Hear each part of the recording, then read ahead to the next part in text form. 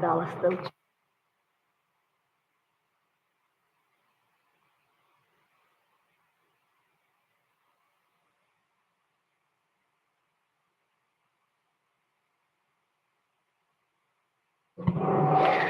All right, ready? Oh, where's Shirley go?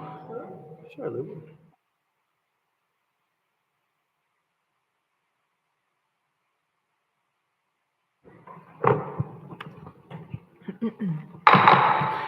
I'd like to call to order our Community Redevelopment Agency meeting. The date is December 11th, and the time is 5:10 p.m. Madam Clerk, roll call. Chair Lawson, Here. Vice Chair McCoy, Commissioner Miller Anderson, Present. Commissioner Lanier, Here. Commissioner Spiritus. Here. Attorney Chris Smith will be joining us virtually until he arrives to the dais. Also present on the dais, Scott Evans, Interim Executive Director, Anita Jenkins, Director of Neighborhood Services, Shirley Desir, Interim CRA Clerk.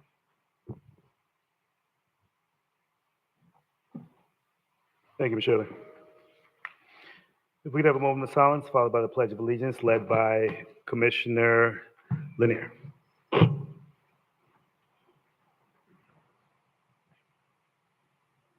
I pledge allegiance to the flag of the United States of America and to the republic for which it stands, one nation, under God, indivisible, with liberty and justice for all. Board, do we have any additions, deletions, or substitutions? Thank you. Disclosures? Motion to adopt agenda? So moved. Second. Motion been made and properly seconded. Madam Clerk? Can't hear anything. Walter? I say you can't hear anything. Same, I don't have any volume. Okay, here it is. Well, no, I can't hear anything. That's Attorney Smith. If we can work on the audio, please. Mr. Chair, that is Attorney Smith. He's Oh. on his way, and also Here it is. I can hear now. Thank you, Attorney Smith. You're Yes. recognized. Mr. McCoy is not feeling well, but I believe he's going to attempt to attend via remote. Okay, is he online? I thought I heard him. I thought I heard him as well. Yes, I'm here, Mr. Chair. Thank you. Let the record reflect Board Member McCoy is on the dais. Motion to adopt consent? I'm sorry, we had a motion to adopt We did. regular We agenda. did. We're going to vote for it now. Thank you. Roll call, please.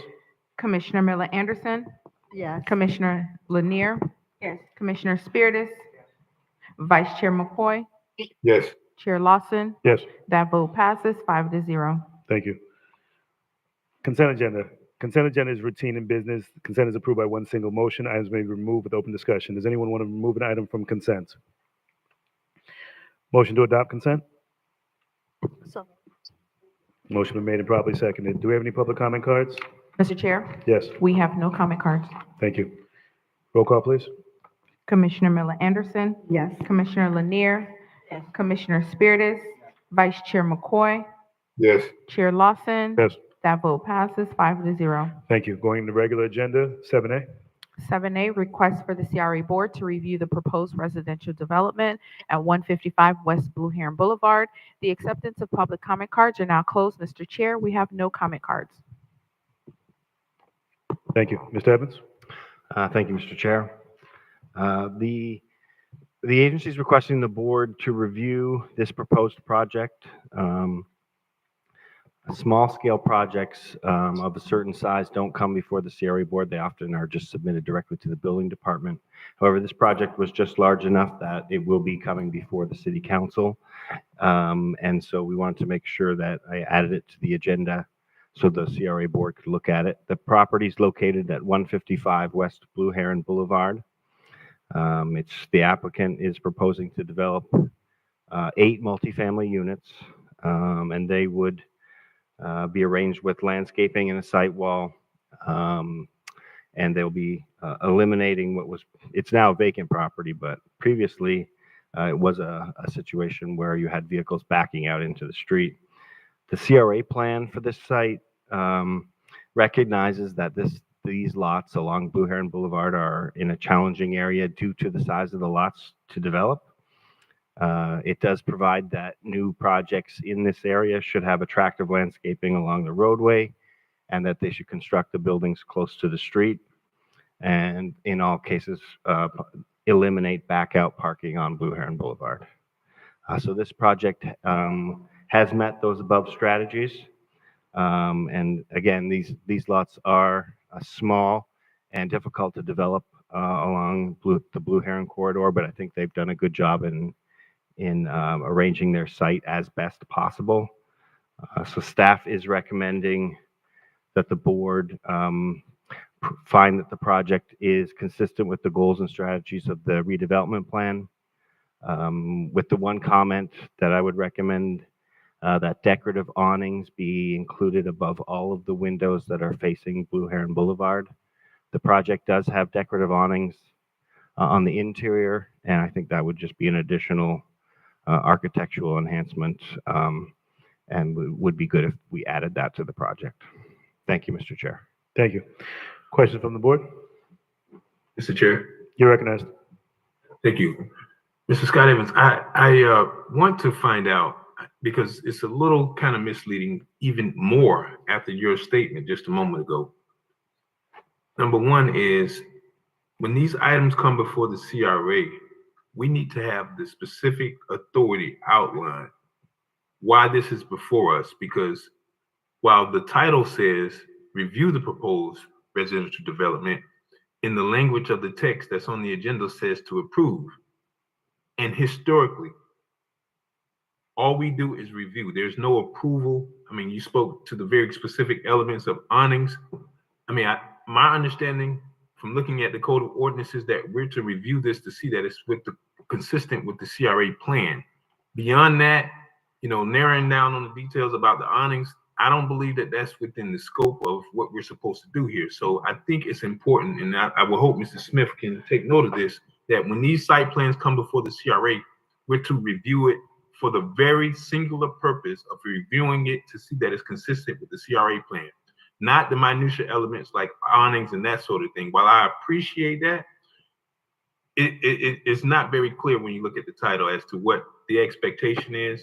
And then certainly, as a matter of reference, when you're looking at this, we should be able to look specifically at the staff report and understand why this was before us. Actually, I looked at the cover page, but I'm sorry, I didn't look at the cover page, but I looked at the staff report, so we can know that the authority under code section so-and-so, all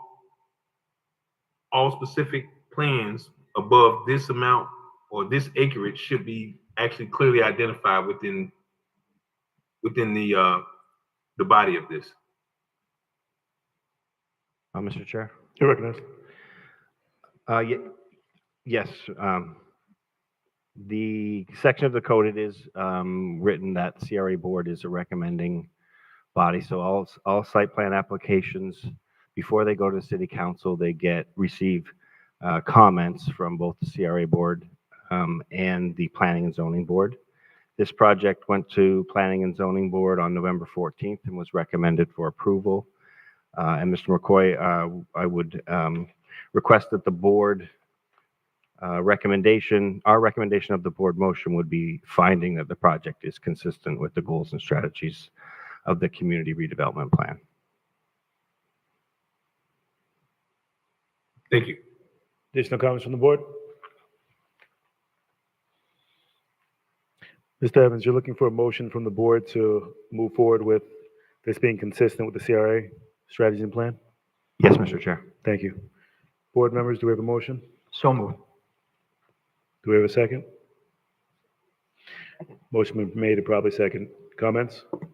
I'd like to thank Mr. Evans for bringing this to us. I know that this is a smaller project that does not usually come before the CRA board, but I can appreciate the fact that you are keeping us informed of the projects that the CRA is undertaking.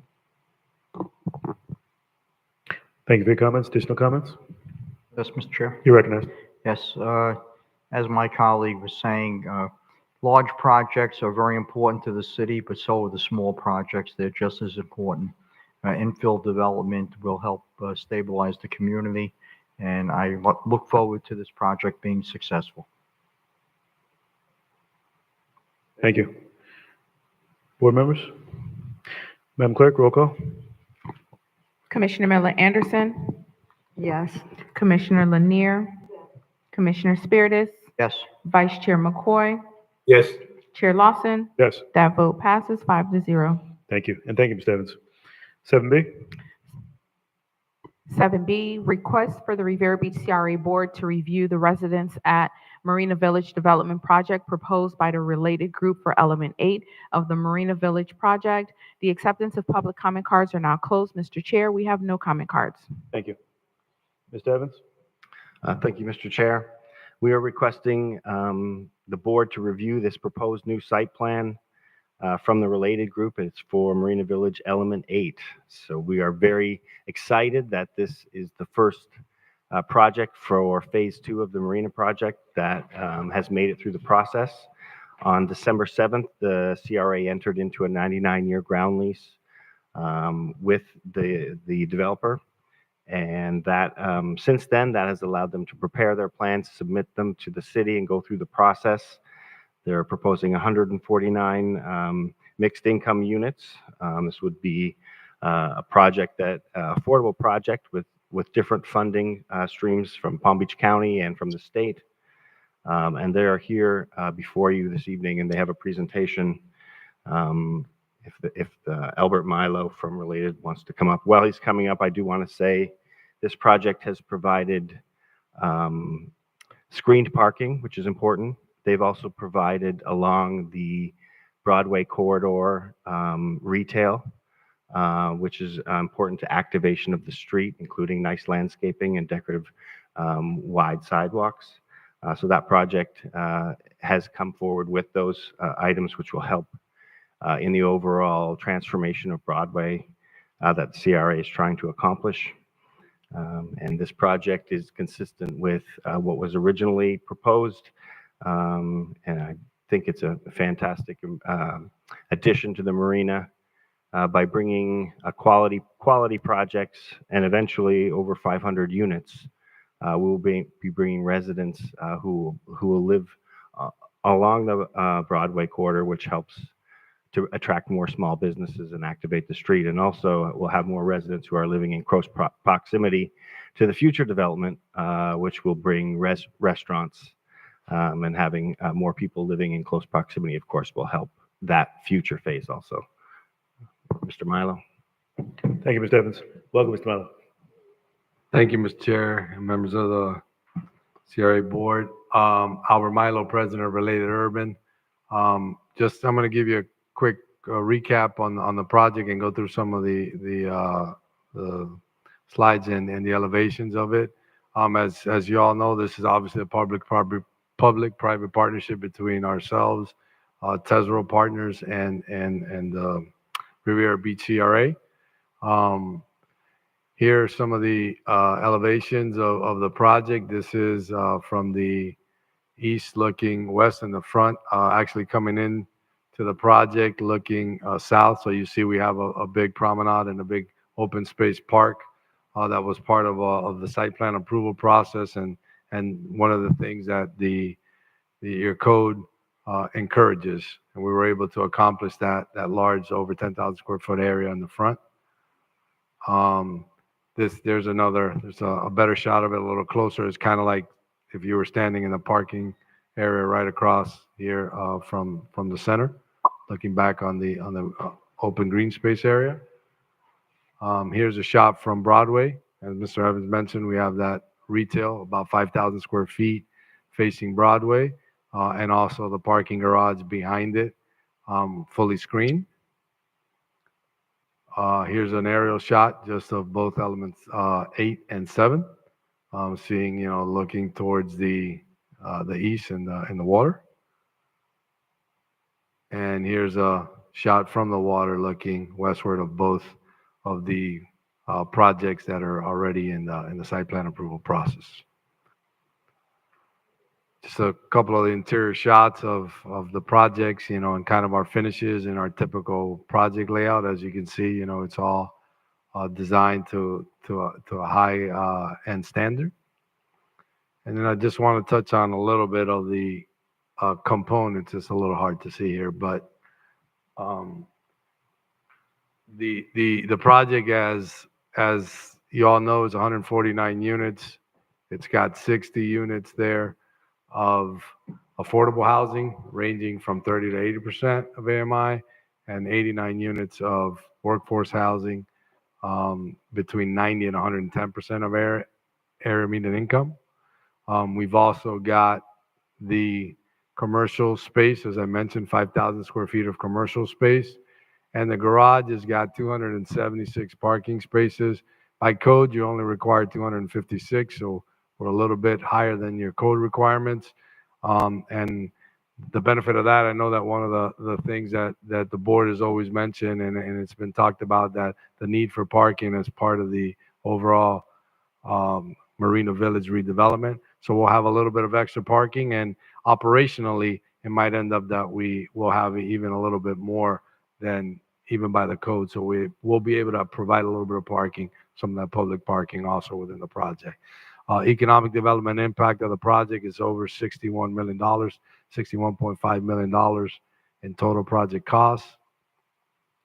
And this is the part that I know the board had asked about before, the community benefits aspect, and we heard about that at the planning board also. We have, two different components of that.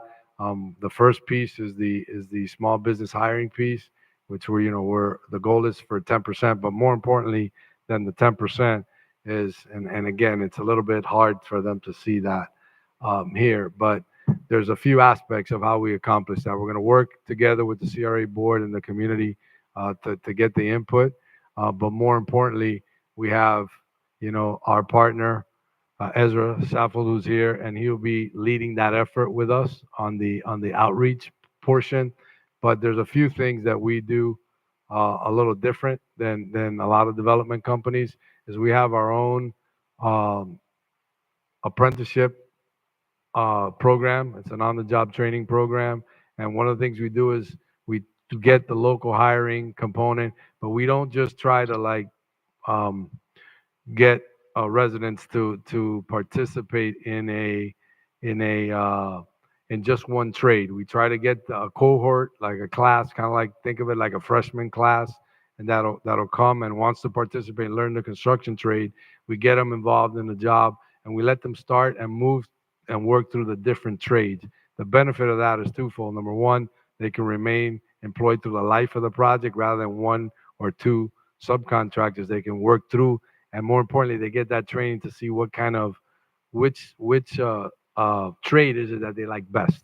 And that way, hopefully, we build them and get them on a path to long-term employment within the industry. So that's something that we do a little different than most companies. We also are going to have a mentor protege program that we do, which is again taking some of those smaller subcontractors that sometimes can't have they don't have either the financial capacity or the full ability to take a full scope of work. We break that scope down a little smaller and help them partner with a little bit more of an established firm, but still let them participate in the contracts of the job. And that's one way that they can, get a chance to do the job. So, that represents about $3.3 million worth of small business contracts in this project. And we're also going to participate in the CRA and the city's small business contractor outreach now in the first quarter of 2025. Ezra will also be helping us on both sides, on the small business hiring and on the local hiring piece. Another component that I know is important to the board, and we heard it also from the community, was the community outreach aspect as it relates to the rental opportunities that'll be available in the project. As I mentioned, we have a big diversity of incomes available in the project. And one of the things that we're committing to is, instead of, historically, the leasing activities start about 90 days prior to a project being completed. We're going to start that at the inception of the project and have some of those outreach meetings to help the community already get prepared and get and answer any and all of their questions to get them ready. Even though the building might take a little bit over a year to finish, they're going to be able to start up front in the process rather than have to kind of run in a 60 or 90-day period. And sometimes they miss the opportunity because they just aren't fully ready. So we're committing to do that at the inception of the project rather than towards the tail end of the project. From a leasing perspective, we've also got our MOU signed with community partners, South Florida Community Partners. They're going to be helping us with some of those resident services and those type of initiatives. That MOU is already signed. And we're going to do outreach, directly with the CRA, the city, and all of the biggest local employers, again, to get that word out early as it relates to the different housing opportunities at the different income levels that we have. So those are, that's kind of the outline of our community benefits approach and plan. I know that it was asked a couple of meetings ago, and we wanted to make sure that we proffered that and put that on the record for you. So if the board has any questions, I'll gladly take them. Thank you so much for your comments, Mr. Milo. Madam Clerk, do we have any public comment cards? Mr. Chair, we have no comment cards. Thank you. Quick question, Mr. Milo. How many units did you say this was? 149. Thank you. All right, I'm going to reserve my comments. Board members? I just wanted to ask, is this isn't part of the backup, is it? I haven't seen this. It's in the, no, it's not in the city's part. It's but we provided it to the city so you can have it. It's on the record. Okay, yeah, I need a copy of it. I haven't seen that before. Yeah. The paper. Mr. Chair? You're recognized. Yes, we did receive it today, and I will forward it to the board. Thank you. Mr. Chair, You're recognized. I would just like to say I'm looking forward to this project being developed. I'm also looking forward to number 8 being developed as well. It's very important that we don't just do one, we must do all 3 buildings. That's the only way the Marina project is going to be successful. And I'm really looking forward. I thank Related for participating with the city in this project. Thank you. Thank you. So I do have a few questions, Mr. Milo, so thank you. And I want to make sure that we've addressed all the concerns and thoughts that the board has addressed in the previous years when it came to local participation, when it comes to financial literacy programming, and when it comes to the dollars that are going back into our community. I think you said the total estimated cost is about 61 million, but you said 10% was the goal, which worked out at 3.3 million. 10% of the construction. The construction is about 33 million. What's the $61 million economic development is just a total investment into the community? Correct. Okay. So the 33 million total construction, your goal is 10%. Yes, sir. So we did do another project, which is an award-winning project, Berkeley Landing, which had about 120 units. Their goal was about, I think, 15 or 20% local participation. They fell short. And my concern is that we can't fall short. We want to make sure that the dollars are going back into the businesses in our community.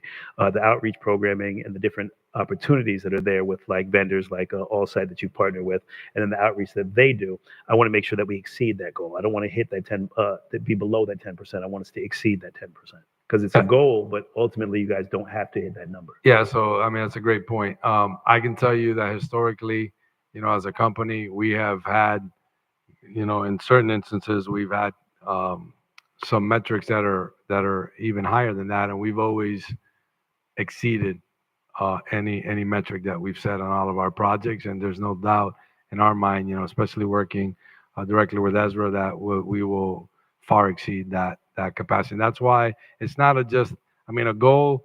A goal is nice. I agree with you, but it's aspirational, right? And a goal is not going to get achieved unless you have a plan in place to get to the metric that you're trying to hit, right? So we don't just put that. We get into, well, how are you going to get there? And that how we're going to get there is with some of that mentor protege concept, right? Because again, you break up those scopes to give them the ability to participate in these contracts.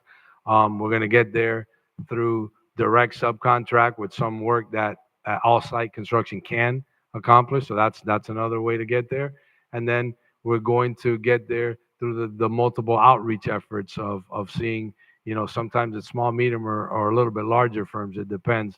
And we're going to participate in that aspect. And the other part, even though it falls under local hiring, I think that's a big part that makes a big benefit because, again, the apprenticeship programs are only as good as the effort that is put and the willingness that you have there from the general contractor, first and foremost, and then from the subcontractor. Or in our case, we're a vertically integrated company, right?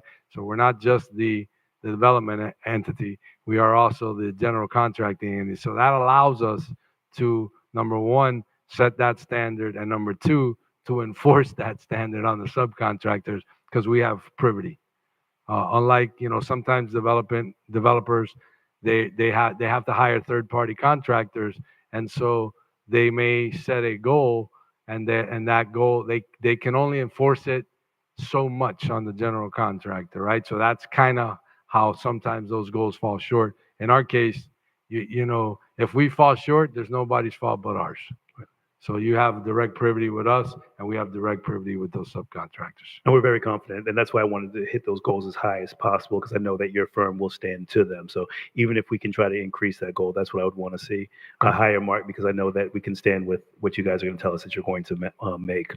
The quarterly reporting, what is that going to look like, and who is that going to be reported to? Is that going to come directly to our executive director? What does that look like? I presume we'll set it up in the document where we would get it to the executive director, and then you guys will get it, and we have no problem even coming in person. So it's not just a document that you get, that we will actually go through the report with you guys and field any questions that the board may have. And that was making sure that we start early with that outreach, because just as you said with the rental, preparing our residents for them, preparing these vendors and these local vendors to know that this project is coming. A $33 million investment onto Broadway, letting them know that this project is coming, preparing. bonding capacities, preparing licensures, preparing all the documentation. I know Mr. Sappho, he'll be doing a good job with getting the community ready. But if we can hit those markers, because 3 million is a good push into the company. It'll spur a little bit of economic development, growth, and small business development. But if we can hit a higher mark, 10 million, that would be really transformational for this community. So I know that's a gaudy request, but if we can get as high as possible with that local participation, that's what we're looking for. Yeah, definitely. We're gonna participate in that Q1 outreach. And we want to start this already because again, while we're in permitting and we've had, good discussions and staff, I know my team was just down there meeting with your permitting staff at the city. Their report to me when they got here a little while ago was like, hey, we had a very positive meeting with the building folks at the building department side. So we've created a good collaboration with staff and helping get this project moving. And now we want to run parallel with that outreach effort. Excellent. My last question is the commercial space. What is the vision for that 5,000 square feet commercial space that we're looking to put at the base? So I'm not sure we've gotten, the concept of exactly what type of uses, we're gonna use or try to promote there. We certainly, as I mentioned earlier, we have additional parking available to generate more commercial activities. But I think that'll be something also as we do some of this community outreach. We're gonna listen, get a little bit of feedback, and then maybe get a little better feel for what type of uses we can do that. But certainly, we have the opportunity also to try to find, there might be good established or small businesses that are already in Riviera Beach that might want to upgrade or get a little bit better space and stuff. And that's something that we can definitely collaborate with CRA on and say, hey, there might be some businesses we can help expand from a local perspective in there. That's definitely an option. We're creating an incubator program with our CRA. Mr. Evans and Ms. Jenkins have brought it to us where we're going to be building small businesses from a small 500 square feet of space to where they can kind of level up to possibly a larger space. So that may be something to work with our staff on. That's a great concept. And the beauty of having this space is like, because people say 5,000 square feet. Yeah, but you know what? You're talking about a concept of like a micro business. And we're doing that in several of our projects that it depends because maybe that 5,000 square feet gets carved up into 10 micro businesses of 500 square foot each.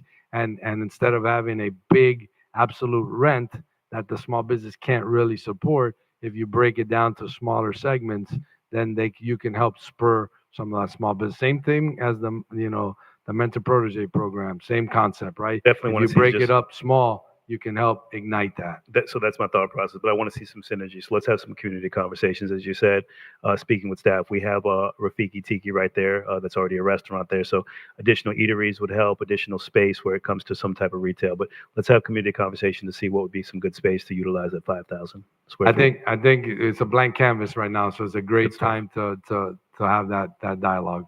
Those are all my questions. Thank you, Mr. Milo. Any additional questions? Yeah, Mr. Chair. You're recognized, Dr. Swaders. Okay, 2 questions.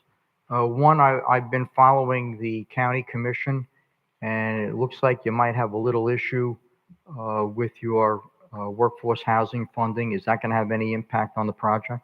No, it got resolved yesterday. We went to the board, and there was a conflict between their workforce housing bond program, which had a hard pay component, and our project is a hybrid because it's not fully affordable. It's not fully workforce. It's a hybrid. It's a mixed income project. The board solved it. They moved it forward. They approved it. They switched our bond funds to HIP funds, and then they're going to bring it back. So no, it should be fine.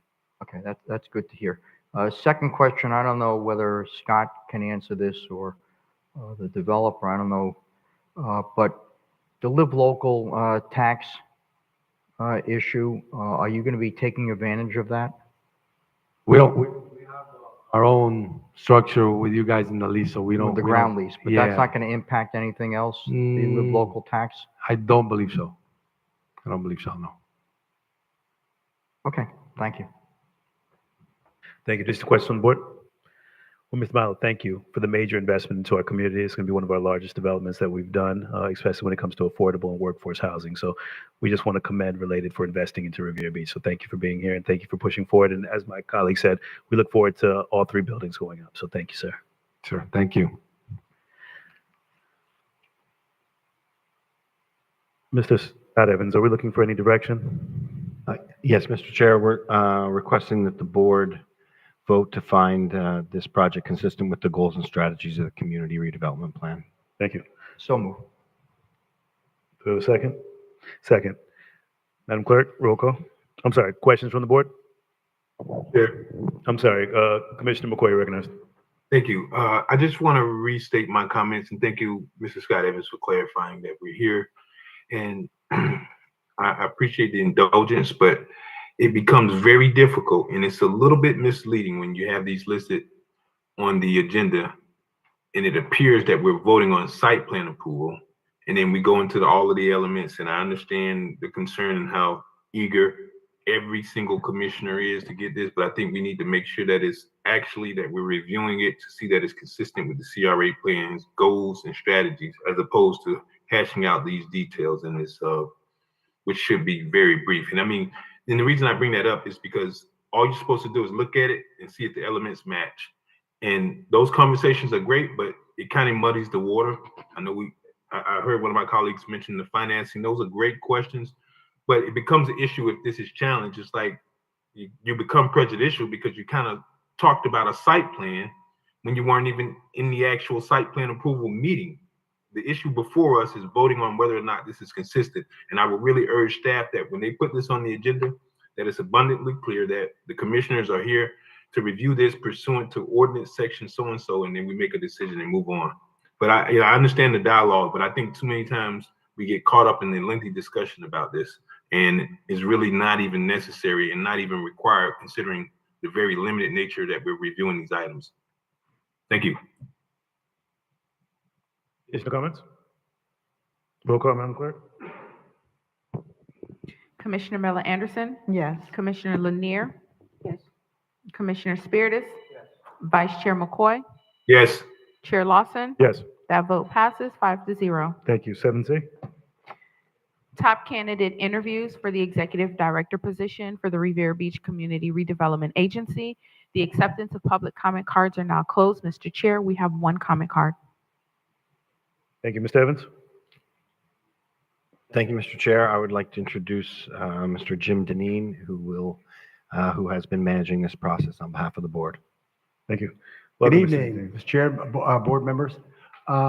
We have your three candidates. We had four candidates, as you know. One for personal reasons had to drop out. We have three wonderful candidates that we had a really good meet and greet this evening. They had the opportunity to do a tour today. They're prepared to answer your questions. I have prepared for the board some questions I can give you that you can use if you choose. You can ask whatever questions you want. The reason I keep them to myself until this point for the Sunshine Law is so that no candidate or anyone had an opportunity to see these questions beforehand. I will pass those questions out to you. The first candidate, we'll go by alphabetical order, would be Mr. Corridor. And when he comes up to the microphone for his interview, the other two candidates will excuse themselves, go to a separate room. We will cycle the candidates in here. That way you can ask each candidate all the questions you'd like. When you're done, the candidates will step out of the room. You can discuss, and if need be, call any of the candidates back. Thank you. And can you also email a copy to Commissioner McCoy? He is virtual. We'll get that done. Thank you. I'll hand these out. Thank you, sir.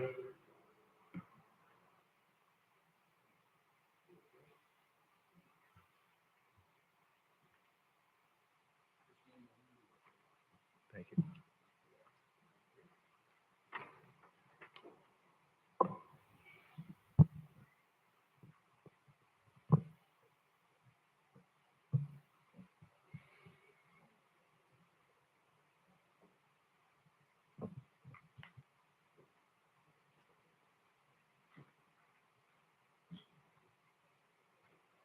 Also, before we excuse the candidates, do we want to do a run of what the actual interview process is going to look like, time frame wise, length of questions, and possibly just have a consistency with all candidates know that?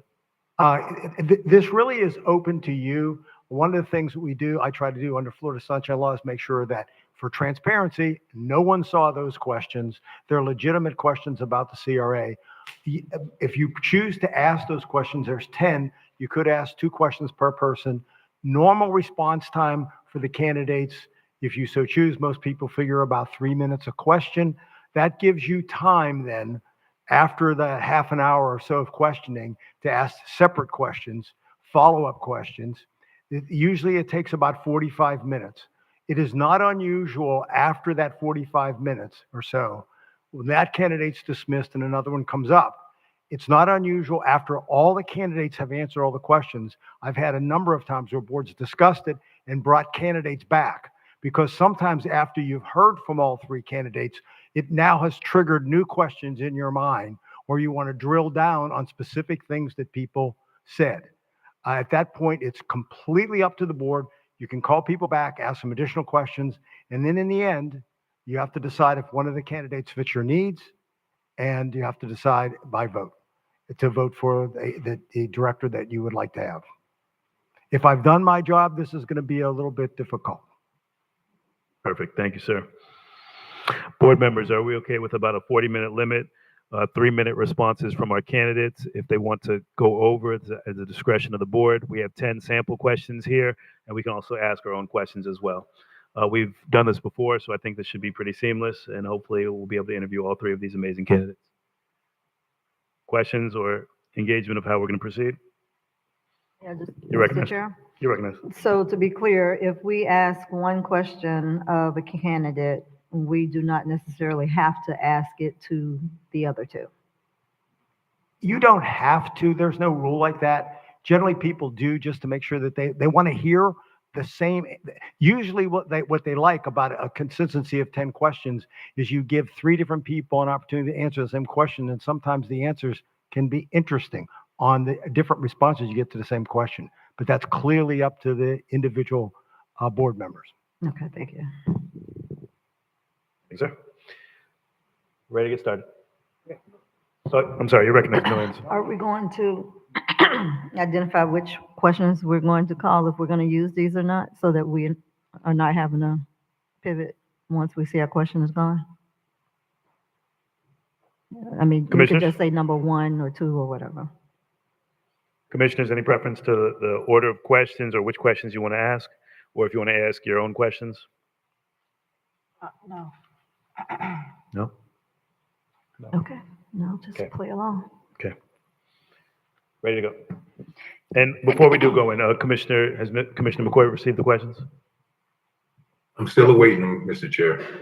Okay. And quite frankly, not to disrupt, but I'm not sure if it matters who actually asked the question, so long as it's asked. I mean, I think someone thinks that it's an appropriate question. I don't know that really matters, so. Okay. Is that a lot of times they'll use a standard number of questions like this that no one's seen before, and sometimes they'll just for consistency sort of rotate the questions. One person wants 1, 2, 3, 4, 5, 6, 7, 8, 9, 10, and then they start adding their own questions. And then after you're done, what I've really noticed most is that people start formulating questions based on the response that the 3 candidates gave. And a lot of times the follow-up when you bring someone back is purely then your own questions based on sort of a knowledge of what they've already answered. That's generally how most people do this.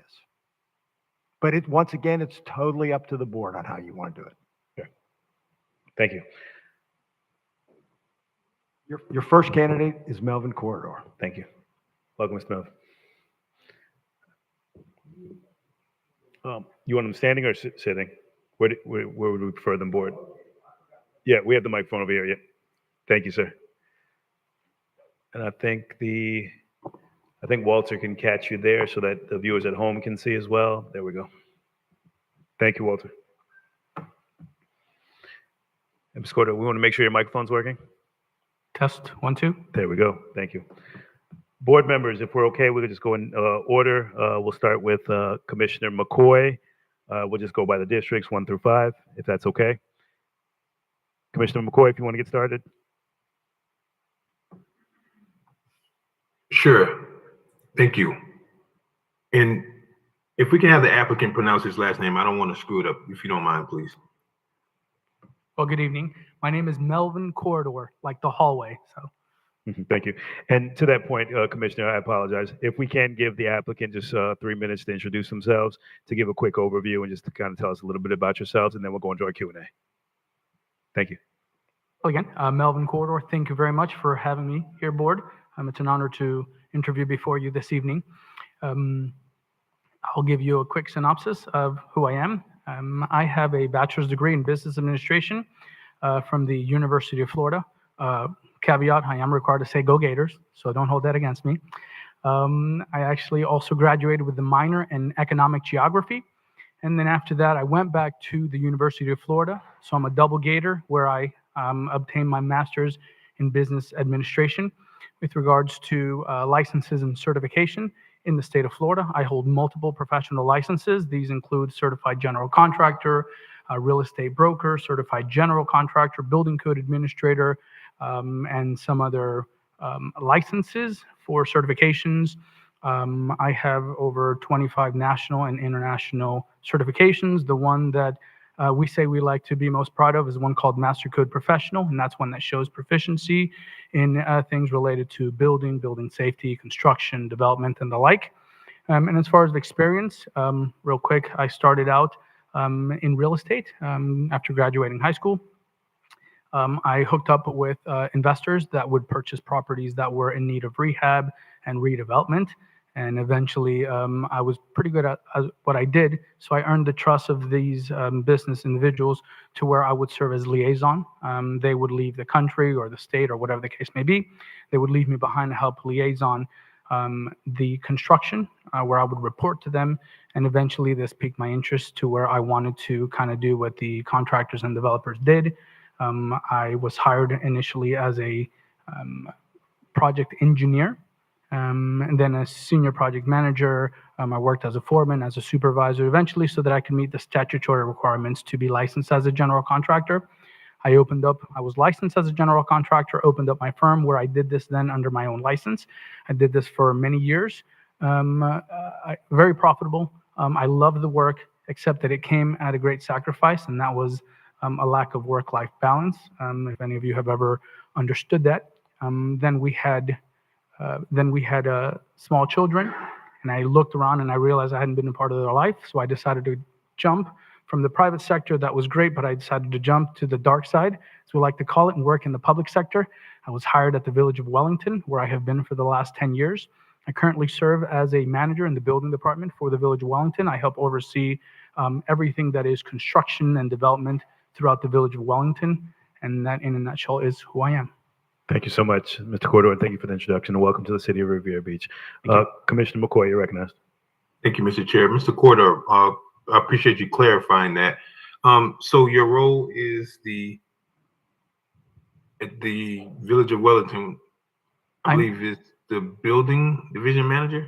Yes, I'm manager for the building department. So when you started there, what was the position you started I started out as a building inspector. Okay. And how long have you been the building division manager? Well, technically manager has been 1 year, except that role kind of shifted to where, again, I was trying to get poached from a different agency. So they expanded the role, but about 4 years, where specifically building department manager, about 1 year. Okay. All right. And if I can take a stab at this, one of the questions that has been provided, the Riviera Beach CRA has multiple components. In addition to projects, the CRA has operational activities, programs, and grants. Please speak to any experience with management of government operations and programs. So again, working in the Village of Wellington, I help oversee various programs related to the building department. The building department oversees code compliance for a building perspective. We help enforce components of the SHIP program, of the CDBG program. So we work in partnership with different departments to help get things through. I was part of the team that helped currently we have a new sports complex, public-private partnership, for that sports complex. So I was part of this staff that helped organize and help get that project pushed through. Again, I'm not going to say from the very beginning, but at some point, about halfway through, I was brought in and helping to get that program pushed through to where right now we're in construction and getting that moved forward. Okay. Do you, or can you speak to the statutory requirements or familiarity with the statutory requirements of community redevelopment agencies? So I have read through of Florida Statute 163, Chapter 163. The great thing that we have in the state of Florida is because we're a sunshine state, there's a lot of public information that is available. So I am familiar with it. I couldn't lie to tell you that I have enforced it. But again, working with developers and contractors, you learn how to enforce different statutes with developers. It's a different breed, different animal, so you have to look at it from various perspectives. I'm very familiar with being able to enforce Florida statute 489, 471 for designers, 481, 713. There's different aspects of Florida statute that contractors and developers need to adhere to, and I'm very familiar with being able to enforce those to developers and contractors. Okay. One more question before I hand it off. So do you have, or can you speak to, I know you specifically spoke to some past experience with developers. Do you have any experiences with financing or coming up with a capital finance program to fund these development projects that you spoke of? I know you mentioned rehab, but on a more large scale development level. Yes. Can you see any kind of finance or banking experience relative to that, or credit experience relative to that? Okay, I think I heard the question. Sorry, at the end, it was hard to understand. So yes, I do have experience in obtaining financing. Again, as a general contractor and also as a construction manager, so I've handled both. I've been involved with a 14-unit townhouse project that fell completely under my shoulders. I have worked as a primary contractor for other much larger contractors. So yes, I'm very familiar with the requirements of being able to obtain financing for construction. Obviously, you can't do it without it. Very few projects are ever fully funded. As far as cash on hand, it's always some kind of financial instrument that is used, some kind of financing. So I'm well versed with being able to obtain that for various projects and the requirements that you would have to present, financial institution to be able to get approvals and whatnot to get that project off board, as well as, draws and drafts and, payment application submittals and all of that. That is not just obtaining the loan and the financing, which sometimes could be the easiest, but then being able to positively work through the project, get it to fruition, get it to completion without much headaches, which is, takes more than a smile. But yes, I am familiar with being able to get financing and obtain that, all the steps to get it to a project to completion. Thank you, Mr. Chair. I yield back. Thank you, Mr. Corder. Thank Yes, you, sir. Thank Commissioner McCoy. Thank you, Mr. Corder, for those answers. Ms. Miller Anderson? Good evening. Good evening. What is your vision for the future of community redevelopment in this area? And how would you implement it? So I will say I will thank staff because they did a wonderful job in having us tour here in Riviera Beach. We had about an hour and 45-minute tour. I've grown up in Palm Beach County. I've been here since about 1993. I graduated from Royal Palm Beach High School. I attended Palm Beach Lakes High School for my first 2 years and graduated in Royal Palm Beach High School. I remember playing against Suncoast. And I've seen the growth that Riviera Beach has had since then. Personally, my vision would be to see Riviera Beach, stand out. I see that there's so much potential. As Ms. Jenkins and Jimmy, I believe the ambassador, was driving us through, I was amazed to see how much opportunity there is of land that's just waiting to be developed, to where there's so much potential. Every turn there was, vacant land that's owned by the CRA or by the city or the CDC. it kept on going and going and going. So personally, the vision I see is to be able to capitalize on the resources that Riviera Beach has. You can't create more land.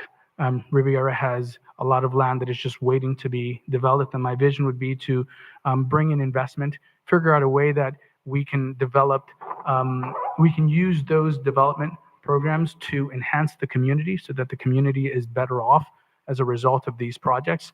My vision is just to be able to use this as a tool to benefit and bless the community in every way possible. We asking another question too? Okay. What is your management approach to evaluation of existing CRA activities?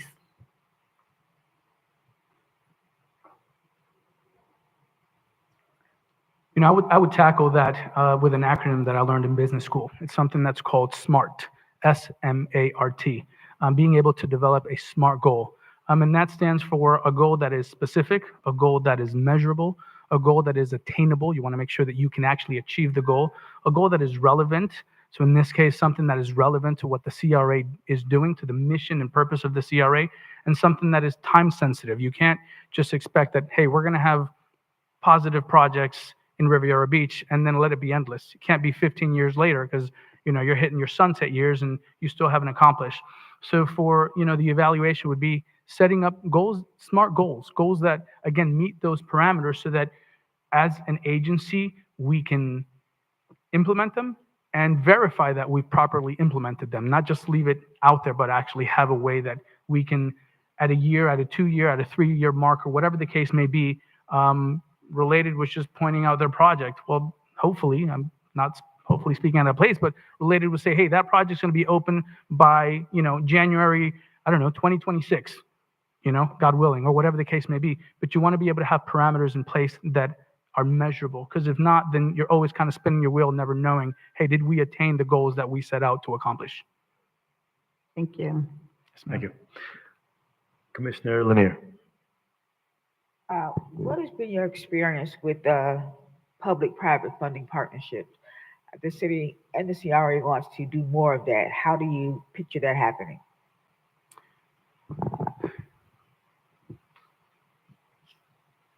So, the CRA would be leveraging its resources for that. As in any partnership, you want it to be mutually beneficial. You want to be able to have partnerships, public partnership, where both the public and the private sectors benefit. I shared this with an individual outside who sort of asked something similar. And the challenges that you have is when you have a public partnership, as in any partnership, both parties have to benefit. Again, on a personal end, I'll just use the simple example. My wife and I, if everything is one-sided, that doesn't make for a happy spouse. You know what I mean? The same thing takes place, in my opinion, with a public-private partnership. The public has its components, has its pros and cons. The private sector has its pros and cons. So you want to look at both sides. You want to come to common grounds. You want to come to common goals. How I would deal with public-private partnership is a perfect example. I saw the board very happy when Related was able to demonstrate how they're providing all these various items that are benefiting the community directly. That would be the goal, to have projects that do that in the partnership, both sides of the coin are able to, at the end of the project, say, this was beneficial for both parties. Related obtained their goals, and so did the Community Redevelopment Agency. Again, the name in and of itself as community, it's for the community, it's for the improvement of the community. So in the public-private partnership, the private, we know, would typically know what it is. They need to generate a profit. They're doing this for their business perspective. But on the public end is put in parameters as they're trying to do, as Related, for example, is trying to do, to where there is a tangible benefit to the community.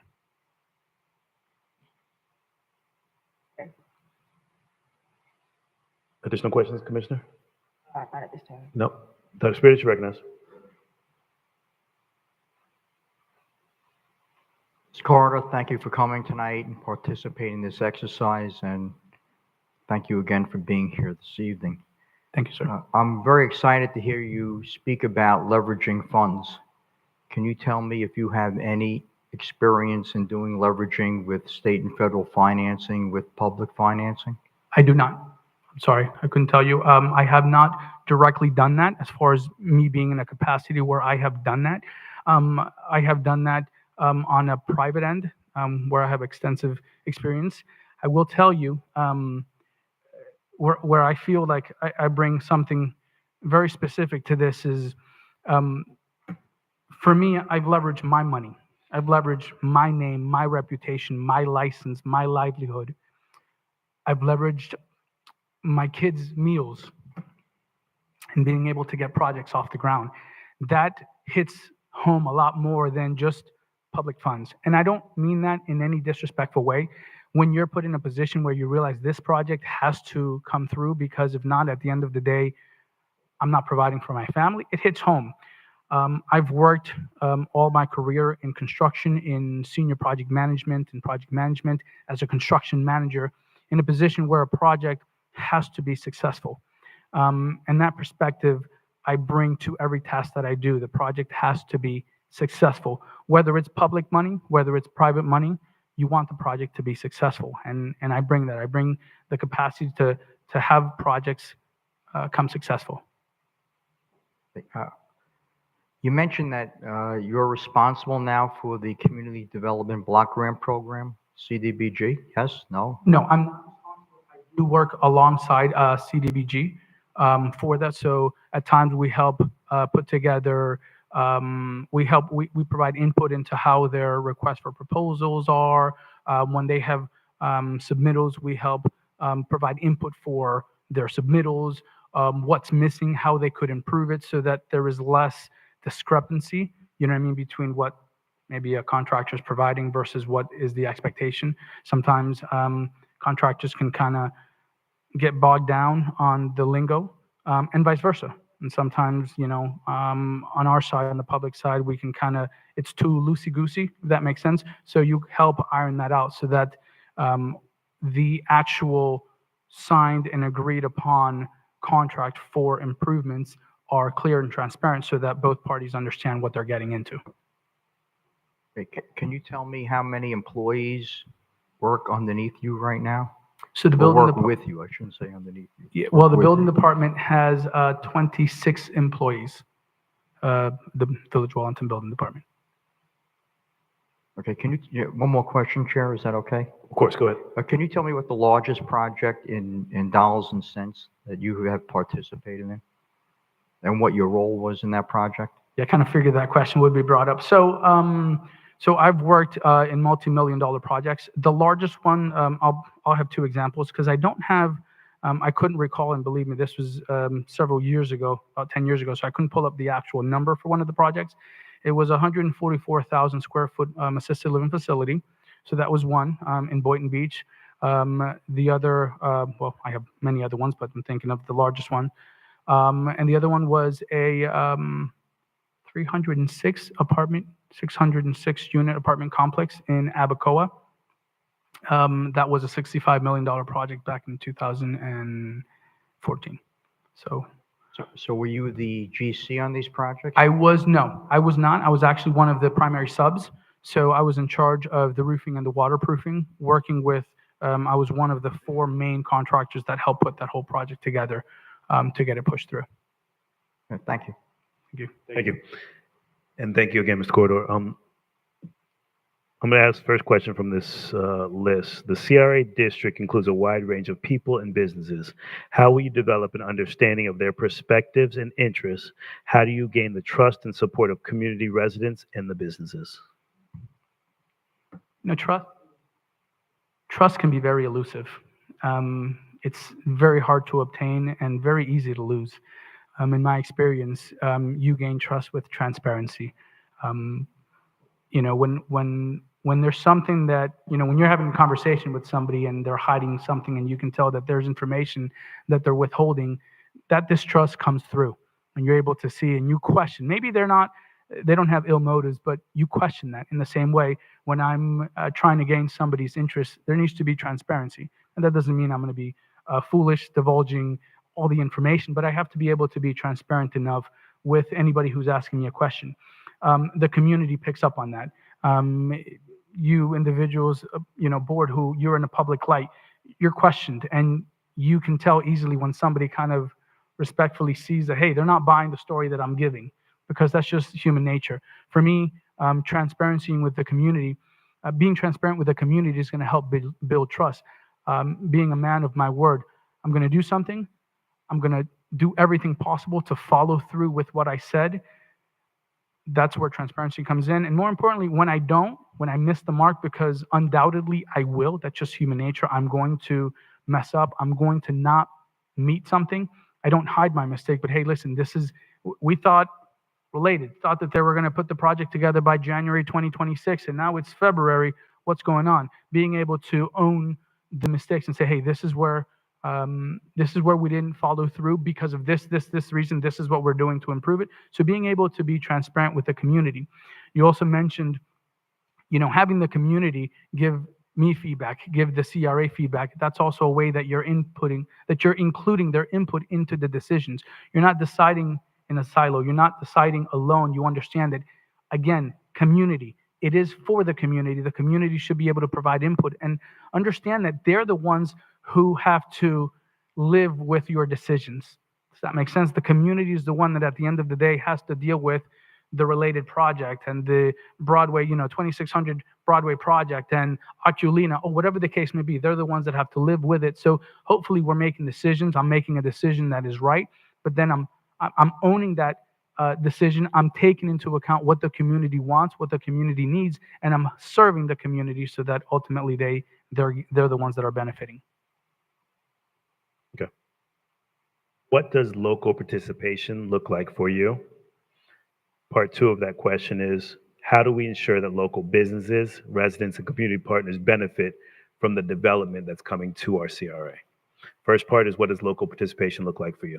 So local participation can include many things. It depends on what we're talking about. If we're talking about a construction project, for example, Related just did a great example saying, hey, this is the marker that we're going to reach. I think they said 12%, right?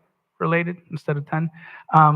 So, the example is for construction, that's a key example, but obviously it's not just construction. So other components that you could potentially have is, are there programs where you're including the community? My understanding, again, having seen some of these meetings, is you have a business.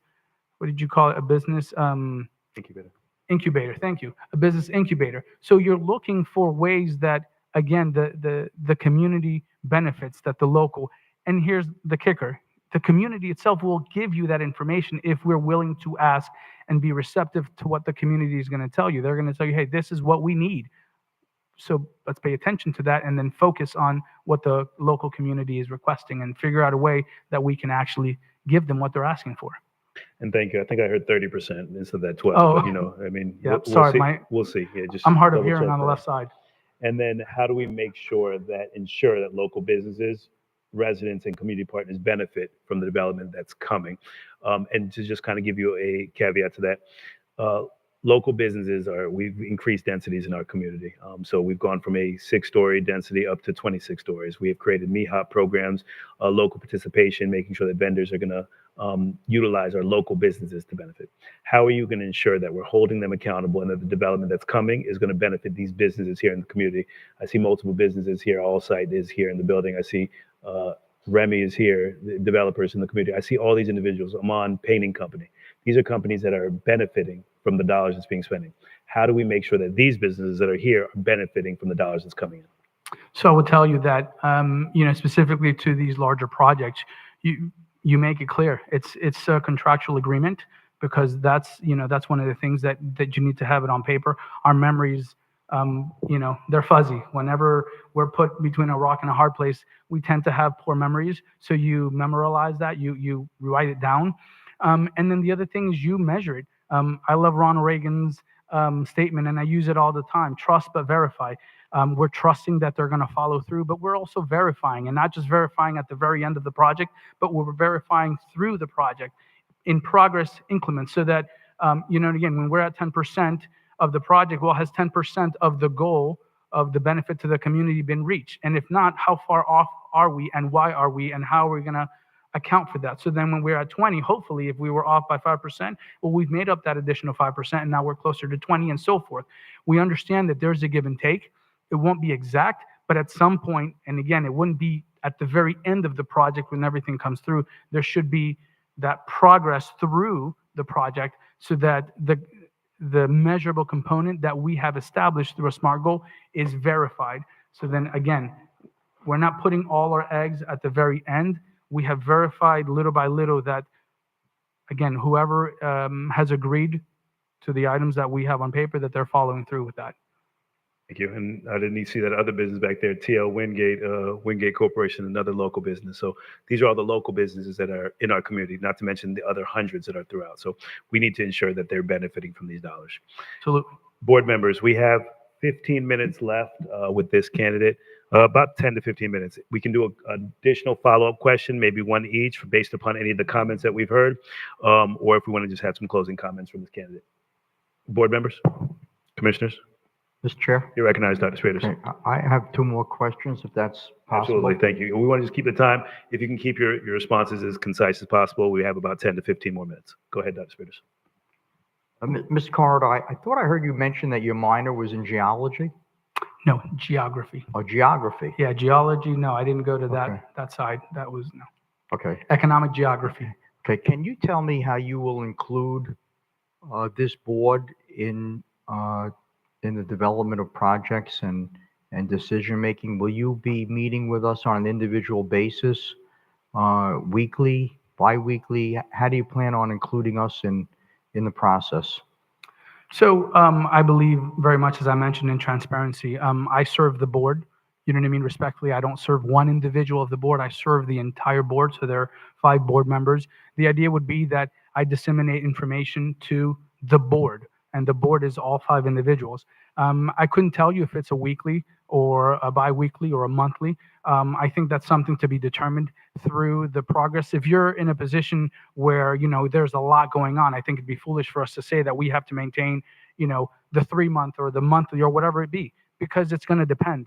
I would tell you that as the need arises, the board will be informed of pertinent information. At the same token, I'm not one to inundate you with information, because then, again, what am I here for? Does that make sense? So the intent would be that I'm going to disseminate information to you as needed.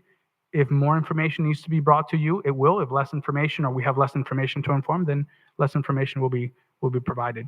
Mr. Chair? You're recognized. Follow-up? Absolutely, go ahead. Okay, so we have, you know, we represent different sections of the city, and we represent the whole city. Will you be willing to meet with us personally to hear our input with respect to different projects, or are you just going to meet with us on a board meeting basis publicly? No, absolutely. No. With regards to your question, absolutely. That would be part of it.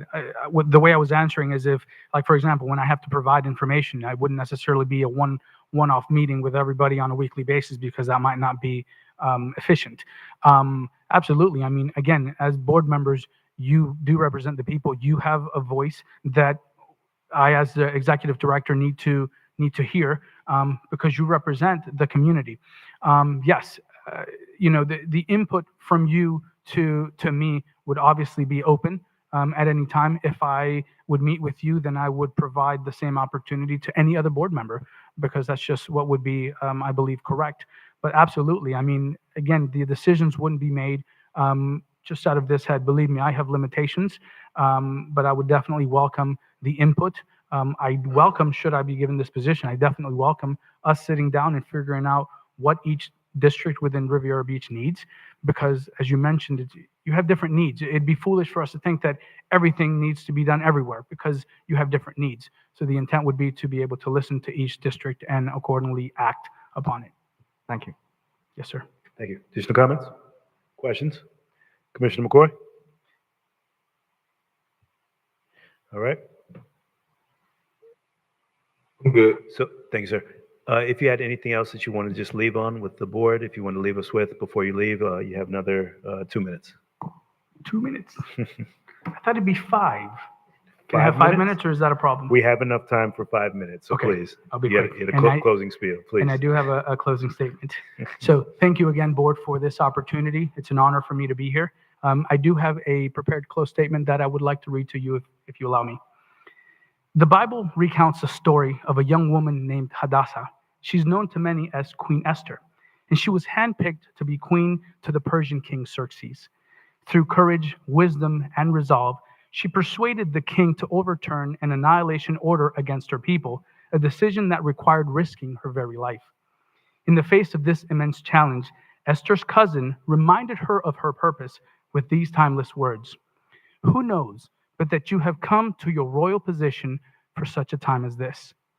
As I prepared my closing statement, this story resonated deeply with me, and it brought to mind the message I heard in a recent Sunday sermon where my pastor referenced a TED Talk by Angela Lee Duckworth.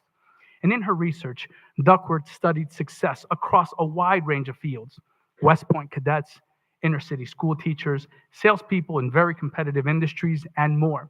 And what she found was remarkable. The most significant predictor of success, it wasn't IQ or education, social intelligence, or even good looks. Thank God. It was something she called grit, passion, and perseverance for long-term goals. That concept struck the chord because unknowingly, grit has defined my life.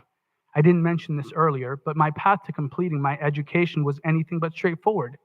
It took me over 5 years to earn my associate's degree, and not because of poor grades or lack of effort, but because of relentless obstacles.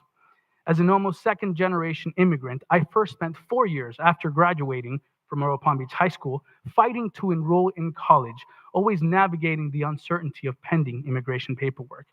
And when I finally got the chance, I paid international student rates dollar by dollar to earn my associate's degree. With persistence, I resolved my immigration status and continued my education. But by then, I was married with small children, working full-time and attending school almost full-time. Despite the challenges, I graduated from the University of Florida with high honors in just 27 months. My journey didn't end there. I pressed on to graduate school while earning further credentials and certifications. And through it all, grit, passion, perseverance, and purpose has been my guiding force.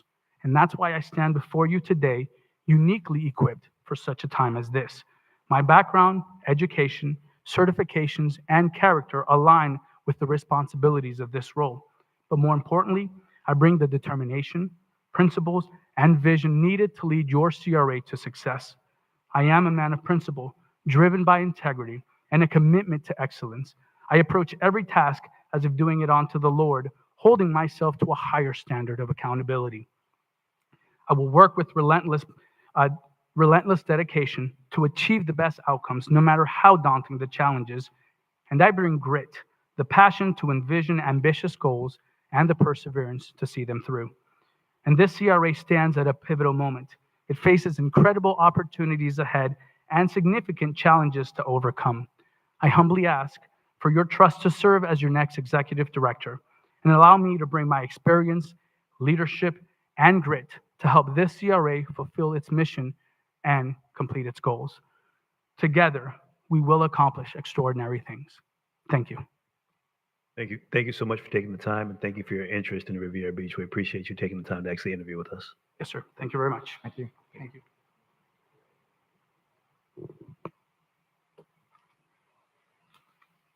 you. Board members, commissioners, do you want to go straight through, take a 3-minute recess? 3 minute?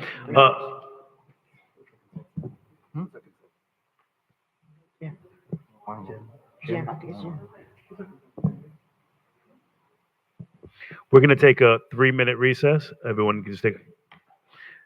Meeting's adjourned for 3 minutes. Oh, I'm sorry, recess, 3 minutes.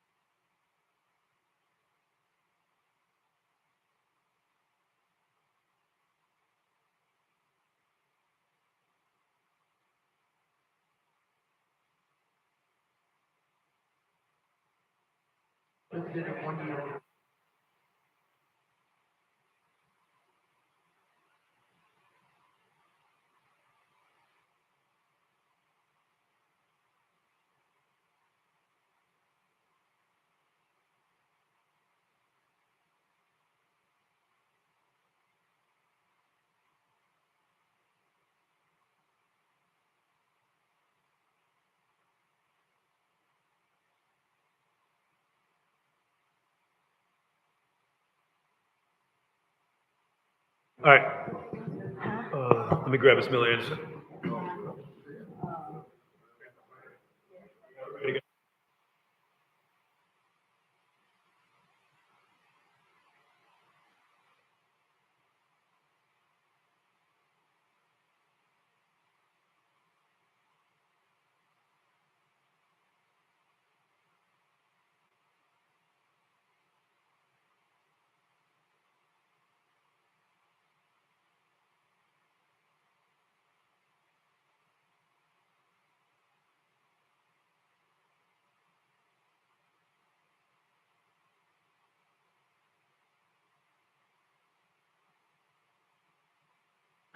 All right, ready, board? Calling the meeting back to order. The time is 6:32 p.m.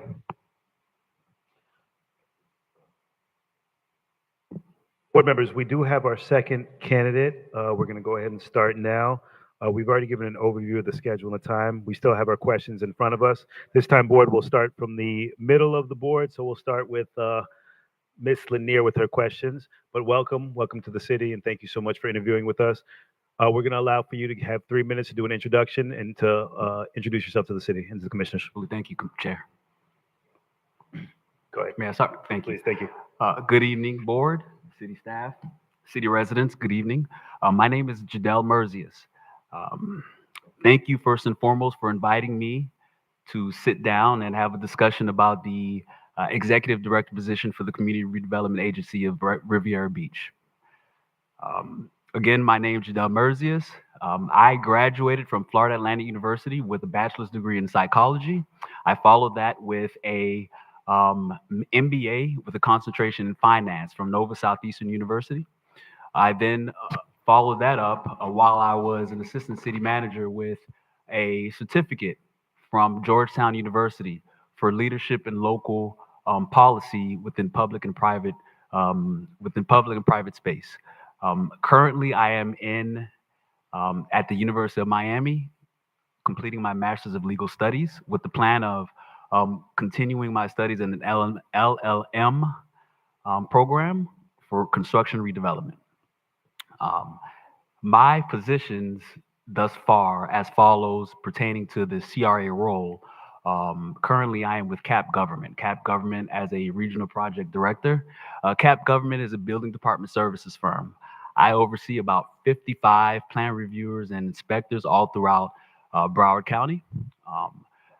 Within their licensed plan reviewers and licensed licensed inspectors, going over capital improvement projects, small projects, large projects, more or less, but more importantly, sitting down with elected officials and the city management staff and taking a look at the vision of each city within the 13 municipalities in Broward County that we oversight. I'm a part of the management team reporting up to the CEO along with the vice president when it comes to timelines, dates, construction timelines, project management, what we need to do to get those permits ready and timed and sealed and shovels on the ground. Before that, I was an assistant city manager with the city of North Miami Beach, overseeing the budget of several departments, including our CRA, our Public Works Department, our Planning and Community Development, along with our Parks and Recreation, our library, and our code compliance. All departments related to a CRA. Before that, I was an economic development manager with the city of Miami Beach, overseeing our business improvement districts, our geo bond project, with that pertaining to economic development as well, along with storefront beautification programs, along with CDBG grants as well, CDBG grant funding as well. That's it. Perfect. Thank you so much. And great introduction. Thank you. Thank you. Commissioner Lanier. I wanted to ask about, it's kind of a mixture of all of the questions that are here, but I wanted to get your feedback in terms of getting the public or having the public's input in development. As you know, our city residents are very passionate, and whatever project that comes along, they want to know about it, and rightfully so. Right. So, how would you engage the public in the CRA and the projects that they're going to undertake? Well, first things first, I would look to meet with our stakeholders throughout the community, our business community, our residents. I would look to see how I can translate the community priorities into specific policy. One of the things that was my specialty at the City of Miami Beach as an economic development manager, I was a liaison to our mayor's ad hoc committee. This mayor's ad hoc committee consisted of members of the Middle Beach community. Those members of the Middle Beach community they consisted of former politicians, lawyers, um, mothers, doctors, along with city planners. All members within the community didn't work specifically for a city, but all members of the community wanted to see the city grow. And what we did was we created this ad hoc committee where these members once a month sat down in a round table and they discussed priorities. They discussed in specific things that they wanted to see in the city to make the community safer. They wanted to make the community safer. They wanted more lighting. They wanted walkability space. And one of the things that we did was we gave them the opportunity to create motions. Those motions would be selected by our commissioners if they chose to be heard during a commission meeting. So I believe in not only listening but enforcing those words into actual policy and creating a mechanism to allow individuals to actually put their opinions into policy if they choose to. Interesting. There are a lot of residents who said that this board needs to be residents. So, and I sometimes agree with that. The residents have to have a very big stake in the city. How would you do that? Well, coming in, I would definitely need to listen first and foremost. But I think I would first depend on my elected officials probably to create that board, to create that committee where we could sit down and we could create actionable items. I believe that once we can do that, then we can move forward. I think it's all about a listening process, but it's important that we do give them a voice and we give them a multiple ear to listen to. So not only would I be in charge and tasked with listening to the residents, but my whole staff would. My staff will be in charge of listening to those residents. Perhaps we can create time throughout the week, one day out the week where we create an hour, maybe where we can invite residents to come and voice whatever concerns they may have, whether it be with items when it comes to redevelopment or items when it comes to a lack of opportunity. But there's no doubt about it, the first task that I would do is listen. Thank you. Ms. Miller Anderson?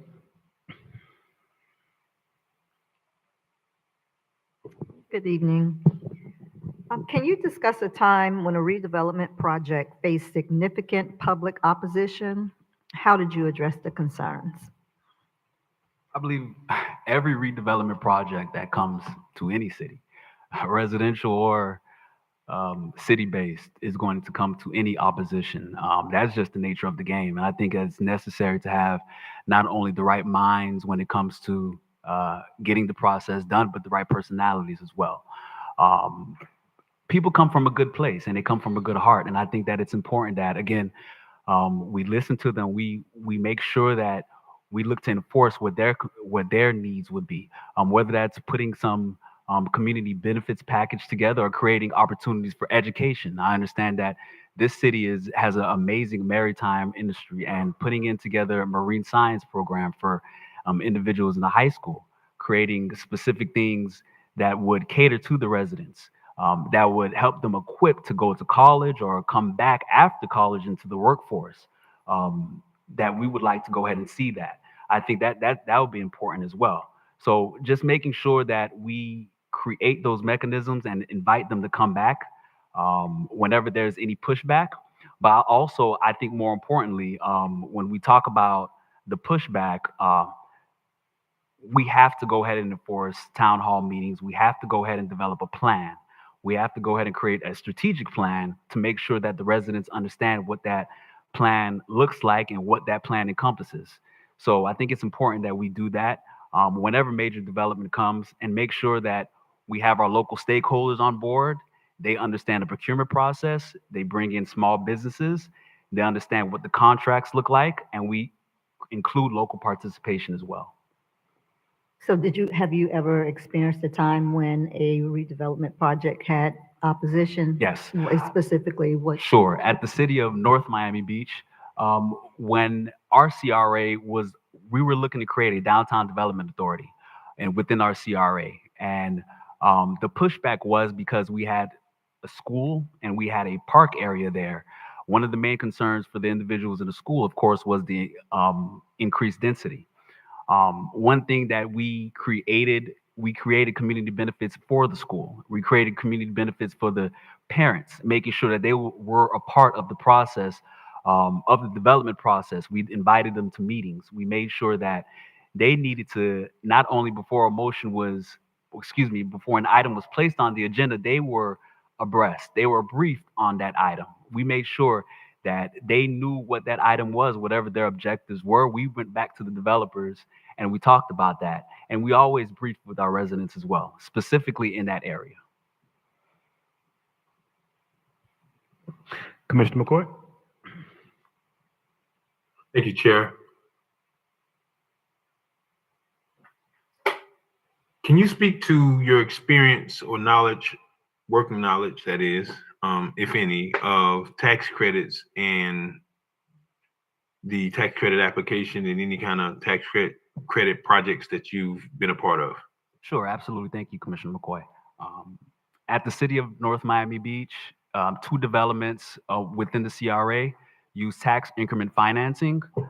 We included the tax increment financing, and we helped not help, but we oversaw that process and made sure that process went through in the Community Planning and Review Board, the tax increment financing. Yes.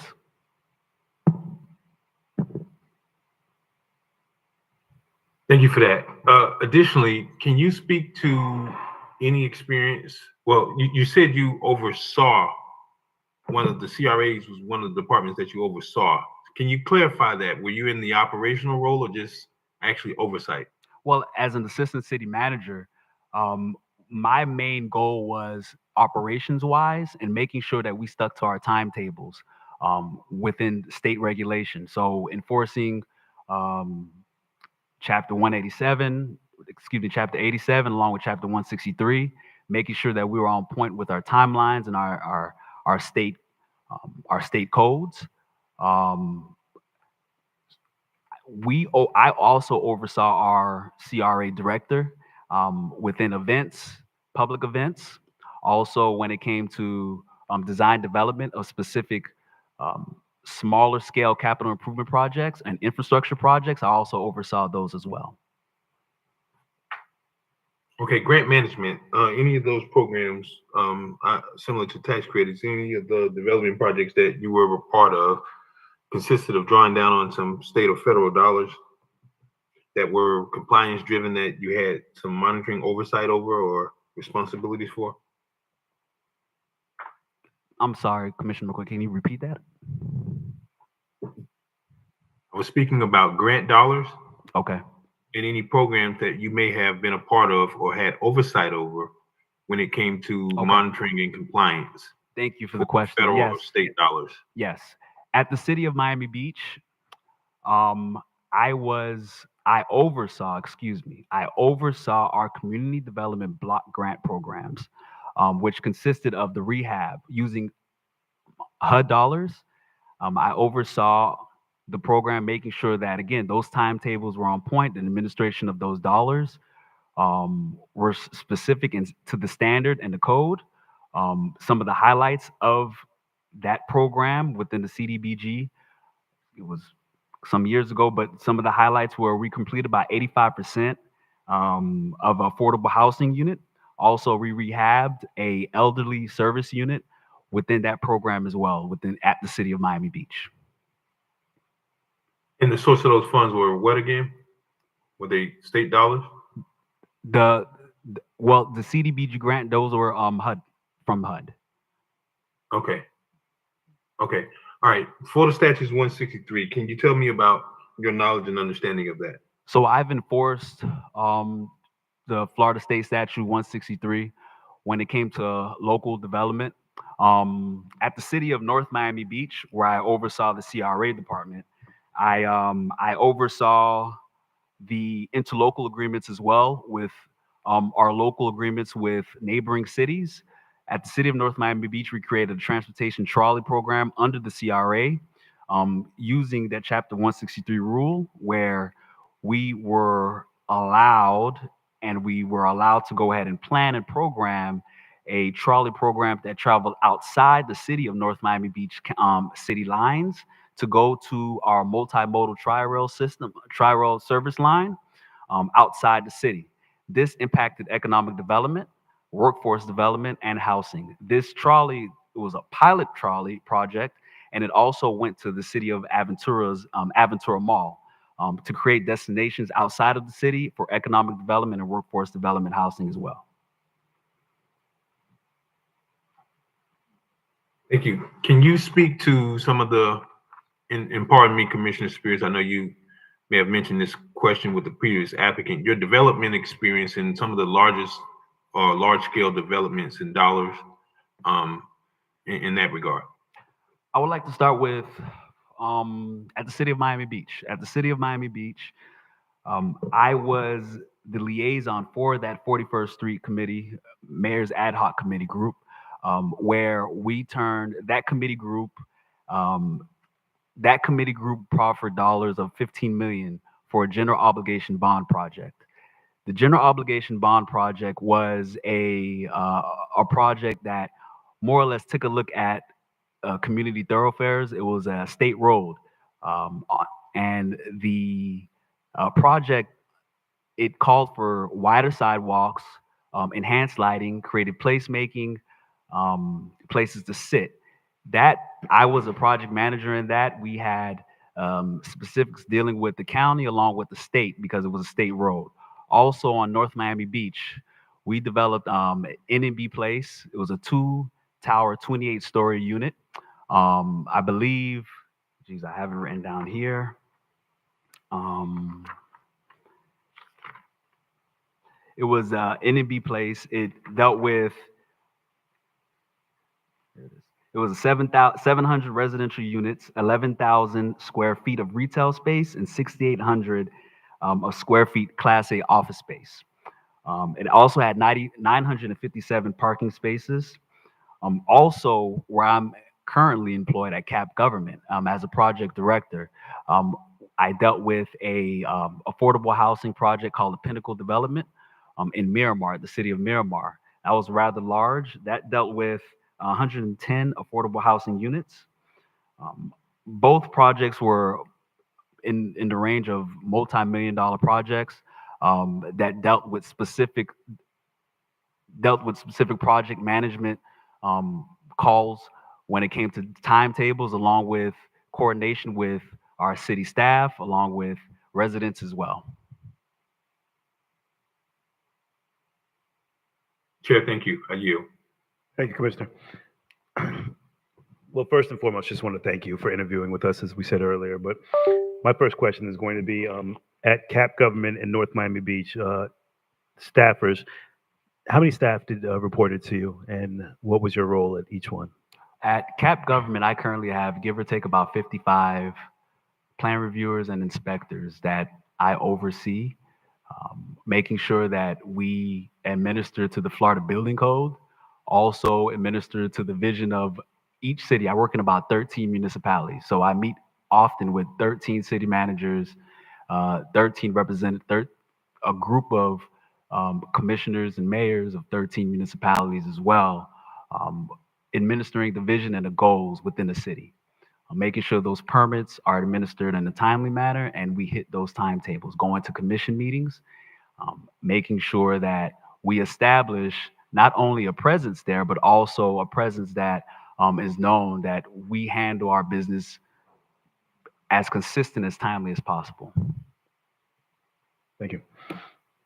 And that's culture within the team. How were you able to establish the synergy within your work culture with your staff to make sure that you all were working on the same page and cohesive with what needs to be done? The kind of leader that I look to be. I look to when you talk about establishing synergy. I look to manage, well, on the same scale, we both, myself along with team members, we both will manage the expectations that we present to each other. They, of course, will manage my expectations, and I, in turn, will manage their expectations and hold them accountable to those expectations. I plan to hold each of my team members accountable to those expectations.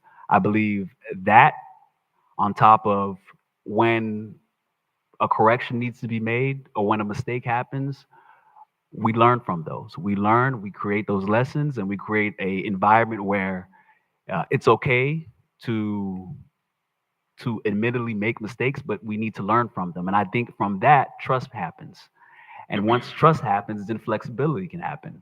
Once that trust happens, we can instill flexibility. And when I say flexibility, that means that as an executive director, I can wear multiple hats because I trust my team members that will do the right thing because we've talked about it.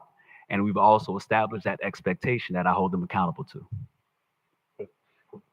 And my final question is local participation. Is a two-part question.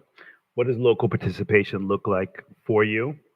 Second part is how do you ensure local businesses, residents, and community partners benefits from the development that's coming to our CRA? First part is what does local participation look like for you? Local participation, what that looks like for me is everyone benefits. Everyone benefits, everyone understands what the project encompasses of, and also everybody understands what the procurement process looks like.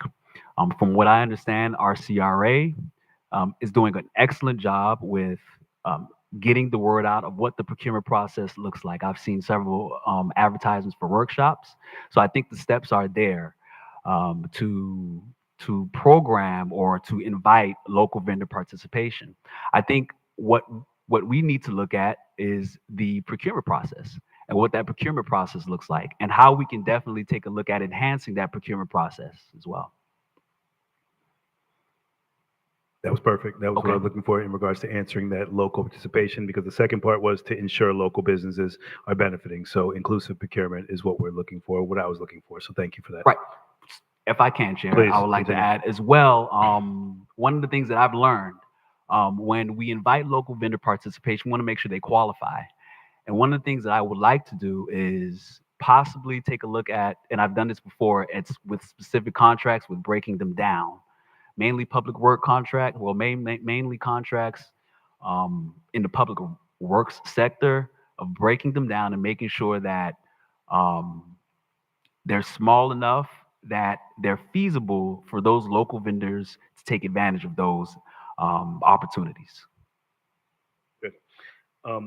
I would love to go deeper into that conversation because we can dissect that of how we can assist with these vendors, because that breaking down the contracts and subdividing is how we actually can help them benefiting, because most vendors can't benefit from 20, 30, 40, $50 million projects Right. because they don't have the bonding capacity. But thank you. We'll go Welcome deeper. that conversation, sir. Yes. Thank you. Dr. Spirit, you recognize. Thank you. Thank you, Mr. Chair. First of all, thank you for being here and thank you for participating in this exercise. I know how difficult it is to go sit on the other side of the dais, and we don't have an electric wire hooked up to that chair. No, it's fine. It's fine. It's the nature of the business. Great. Thank you. Thank you. You have a very impressive resume. Can you tell me what your background is in construction? In construction development, my background, for the most part, goes as far as design development. I want to go ahead and dig deeper into that. In Miami Beach, as a project liaison, I would call it, where I oversaw that $15 million general obligation project. That specifically was first a vision plan from the community stakeholders that we talked about, that mayor's ad hoc committee. Then we took a look at what steps, first of all, what was feasible, department by department. If we were talking about widening sidewalks, was that feasible? Going back to the county, going back to the state. If we're talking about zone overlay districts, what does that look like for planning? If we're talking about floor area ratio, FAR, at the city of Miami Beach, you have to go to a referendum. But what would that look like in the future? What are our options?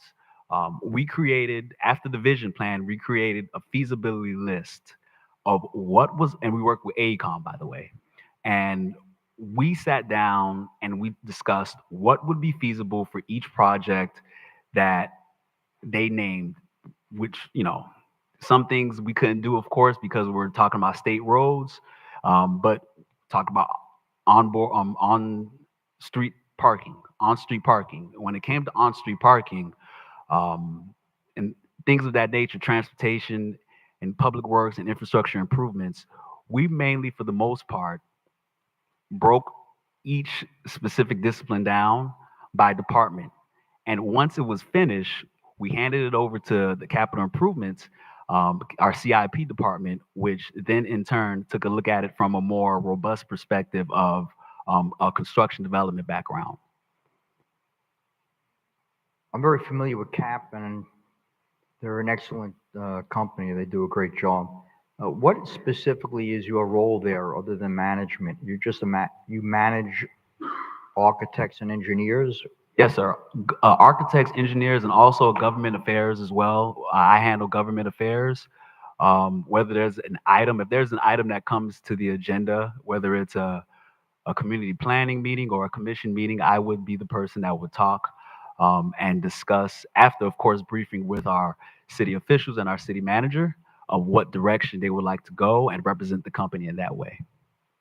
Additionally, when it comes to oversight of our plan reviewers and inspectors, I, of course, make sure that each of those plan reviewers and inspectors have a city to go to. So the way CAP works, a plan reviewer might be working in Fort Lauderdale today. I might need him in Pompano tomorrow. So there's a lot of moving pieces and juggling pieces. And I think that it's appropriate for this position because the many hats that this position needs to wear, whether it comes from the marina operation side or home affordable housing side or development side. I'm familiar with all those options because I've worked on all those options before. Can you tell me, you mentioned some state and federal programs, and you mentioned the trolley project, which sounds very exciting. Yes. Have you worked with state and federal DOT, and have you leveraged any of these monies? Have you participated in the actual funding and leveraging of those funds? When it comes to FDOT, for that general obligation bond, I keep going back to that, but I have that $15 million project within Miami Beach. It was a state road, so FDOT we had to adhere to FDOT and state rules. Because it was a general obligation bond, we didn't really need any FDOT money or FDOT funds. The trolley itself was a budgeted item through our CRA, which allowed us to move outside of the city lines because it was a CRA program with an interlocal agreement with the neighboring cities and the county. That's as far as I go when it comes to state funding for more or less specific projects. Does that trolley run in the black? Yes, it does. Yes, it does run in the black. As a matter of fact, when we began the trolley program, it was in the red because we added a trolley from our CRA program and also enhanced other programs, creating revenue. We were able to go ahead and place it back into the trolley program, create an additional bus, this was after I left. It became a permanent program. When I was there, it was a pilot. So I'm very proud of that project, but it became a permanent project using specific funds, put us right back in the black. Just final question, Chair. Is that okay? Of course, go ahead. Okay, so on private development projects, have you participated in the RFP process and actually interviewing developers and help choosing the development team? Okay, yes. At the city of Miami Beach, I created our request for letters of intent. Lincoln Road, and this is going back to our bid, business improvement district. Our business improvement district noticing that there was a trend of loss of businesses throughout Lincoln Road during the pandemic, made a call for office space. At the city of Miami Beach, we had about 10 million tourists that came through the city every year. The tourists were going to come because it was Miami Beach. But I believe that the city officials wanted to take a look at another scope of residents, creating a live, work, play element. And they felt like the first plan of action to do so was through Class A office space. We identified 3 surface parking lot parcels. And then we created a RFLI, a request for letter of intent, inviting developers to go ahead and send their proposal within, I believe it was about 60 days, send a proposal of what their plan would look like to develop those surface parking lots. Those surface parking lots, the plans that came back were great. And it became a public-private partnership with a number of investors, I believe investing about $140 million into the actual creation of those Class A office space ventures within those surface parking lots. It's now in the RFP process right now as we speak. I created the RFLI and I created the draft for the RFP process before the developers came to the table. So I already had a vision of what that RFP process would look like based on my conversation with our business improvement district director, and what his vision of it would be, along with the feasibility of the city. Mr. Chair. You recognize? Okay. I'm glad to hear you speak about bids, because I think that I brought it up to this board a number of times, and I think that we're clearly it's a great opportunity for this city to participate and set up a bid in this area. But my final question for you, well, I guess it'll be my final question unless we have additional time. But this board represents, we represent different districts, and then we represent the whole city. Will you set up a process where the board members can meet with you on a regular basis to discuss the needs of their individual districts? Every week. Every week. I am used to meeting with public officials on a weekly, if not daily basis. At the city of Miami Beach, as an economic development manager, myself, along with our director, met with our city manager to discuss the visions of the specific city when it came to economic development. We met so much that it became time to meet with the elected officials when questions arose about certain agenda items. I took that same energy and efforts and took it to city of North Miami Beach, where we instituted not only weekly meetings, because you guys meet the second Wednesday of the month. And I think it's important that I get you guys briefed at least the early part of the week and get us on a consistent level of meetings, so we know and we understand not only before the meetings and after the meetings what each agenda item looks like. And at the city of North Miami Beach, we created a mechanism called LTC, a letter to commission. And with the letter to commission, we gave ourselves an opportunity to not only respond to a commissioner's request or a commissioner's action item through our words, but also we placed it on a piece of memorandum where we sent to each commissioner on at least a weekly, bi-weekly basis, giving them updates on specific things that they asked and requested for. Chair, one more follow-up. Is that okay? Of course, go ahead. Okay, I saw that I guess you're a candidate for AICP. Yes. Can you tell me where you are in that? Because of my legal studies right now, as an assistant city manager, I began the process of the AICP, but I've kind of halted that at the moment. I plan to go back, but it was the early stages. It was literally, it was the early stages within that AICP process. A little personal, but my wife told me to take a little bit of a break and take back because I was in a little bit too many things. So I needed to kind of pick and choose what direction I wanted to go. So I chose the Master of Legal Studies route. Okay, well, just one recommendation.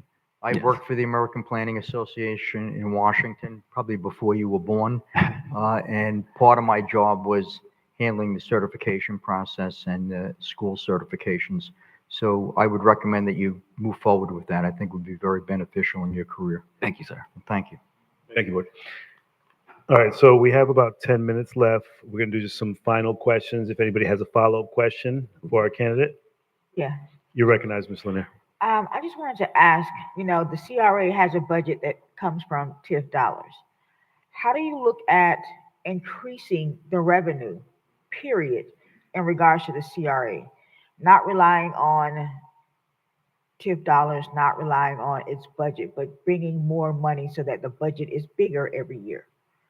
I took a look at the community redevelopment plan, and one thing that I think would be apropos to the plan to enhance the plan. I don't know if you guys discussed this already, but a parking development authority. If we are going to build a downtown development authority, once that's built, we can create revenue by the way we. So let me scale back. At at AICP, along with other places, it's something called a nice good day.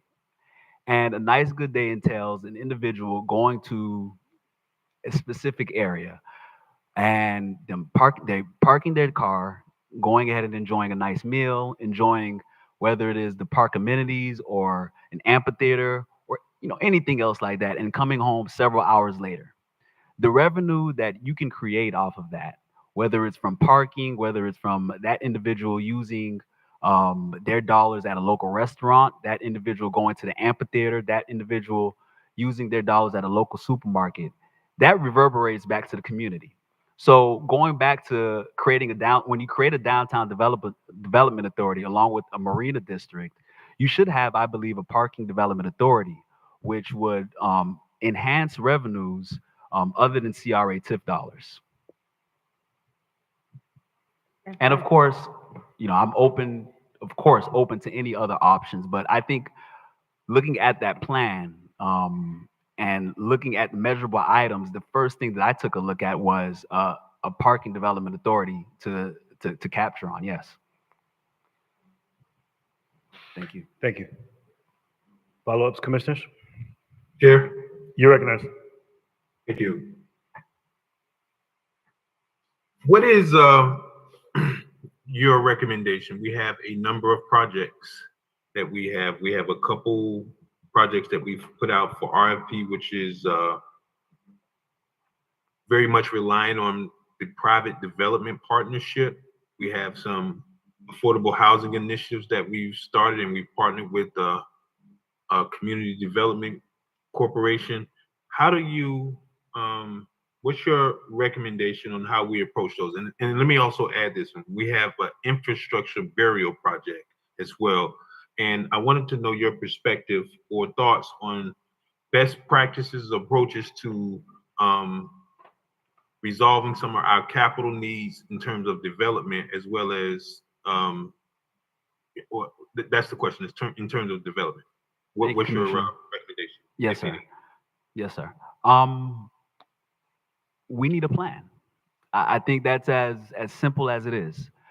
I gave, and I'm sorry, Commissioner, I unfortunately I didn't give you this handout, but I gave a handout to each of the commissioners. Oh, you got it. Great.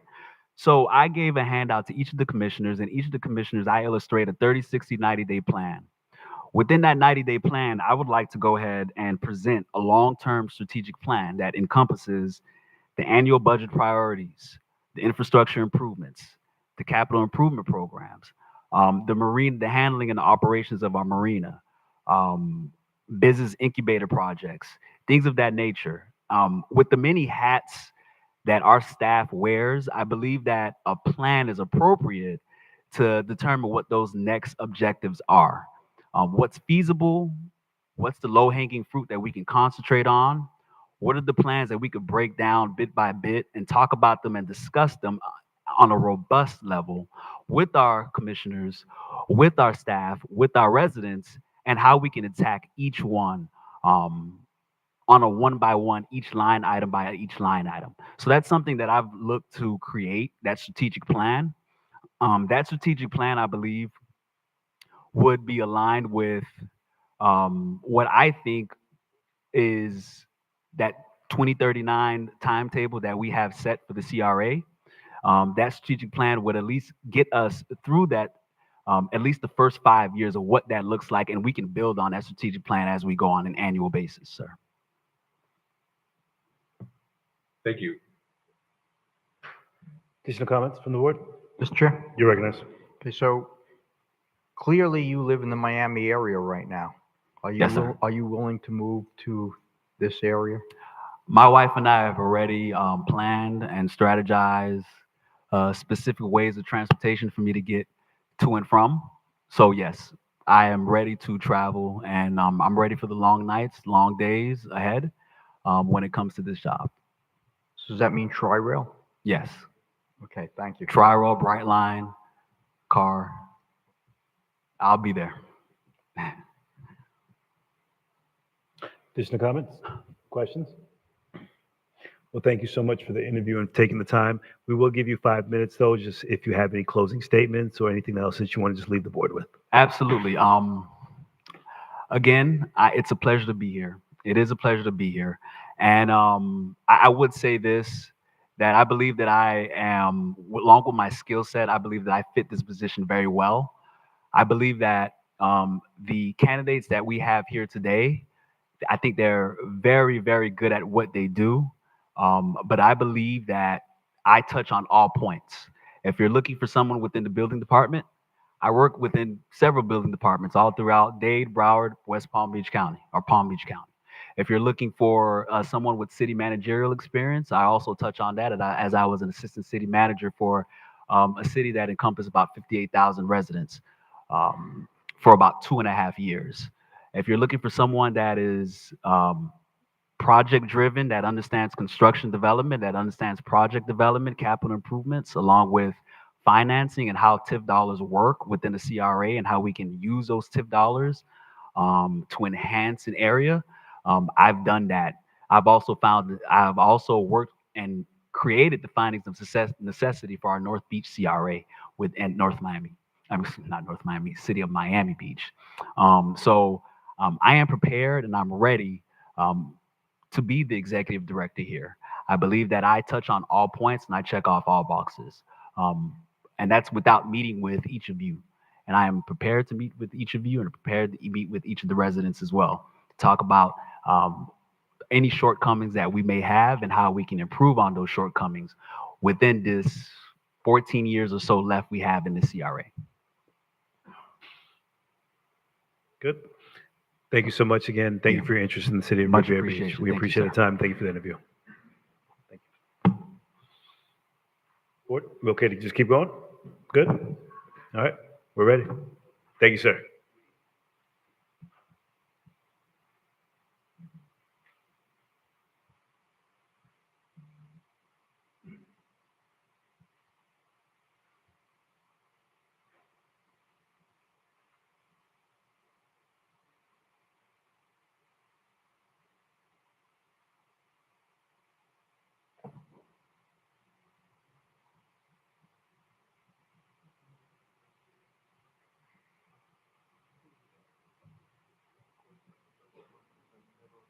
Start work backwards then, 5 to 1. All right. Good. So how are we doing this? Are we ranking? What? We're ranking, okay.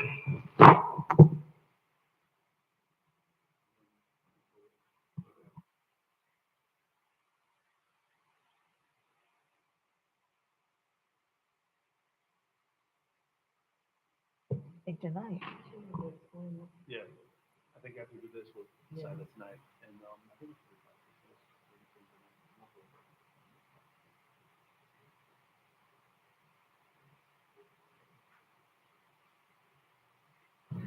Hello, good evening. Good evening, and welcome. Thank you so much. Wanted to welcome you and thank you for taking the time to interview with the City of Riviera Beach, the commissioners for the CRA board. We are going to get started, and we're going to allow for first to introduce yourself. You're going to have 3 minutes to introduce yourself to the board. Yes, my name is George Ray III. I'm a resident of Miami Beach. I started my career with the 5,000 Role Models Miami-Dade County Public Schools in education, working for Congresswoman Frederica Wilson. It was there I learned how to think and solve complex problems and learn about the community. And really, that's where I developed my passion for community engagement. From there, I went on to the City of Miami Police Department, where I was the director for the Police Athletic League. It's a juvenile crime prevention program. There, I learned how to fight crime without a gun.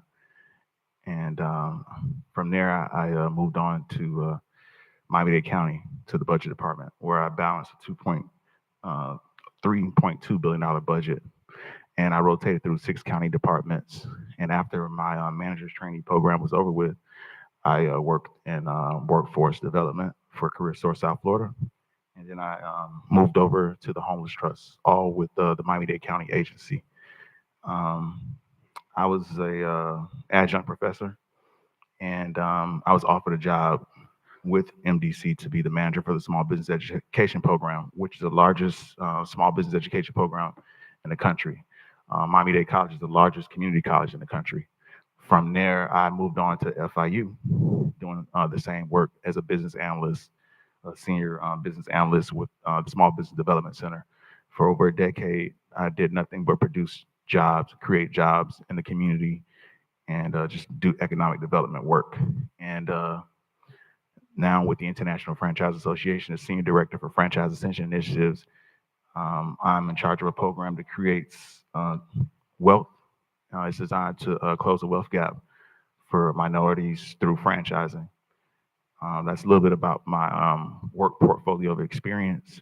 I think that the experience is in line with this position. The collection of that experience has enabled me to gain valuable insight that will allow me to be a great asset to the organization. I went to Talladega College in Alabama. It's kind of cold. I'm still warming up from being in that room. There, I learned a lot of valuable things.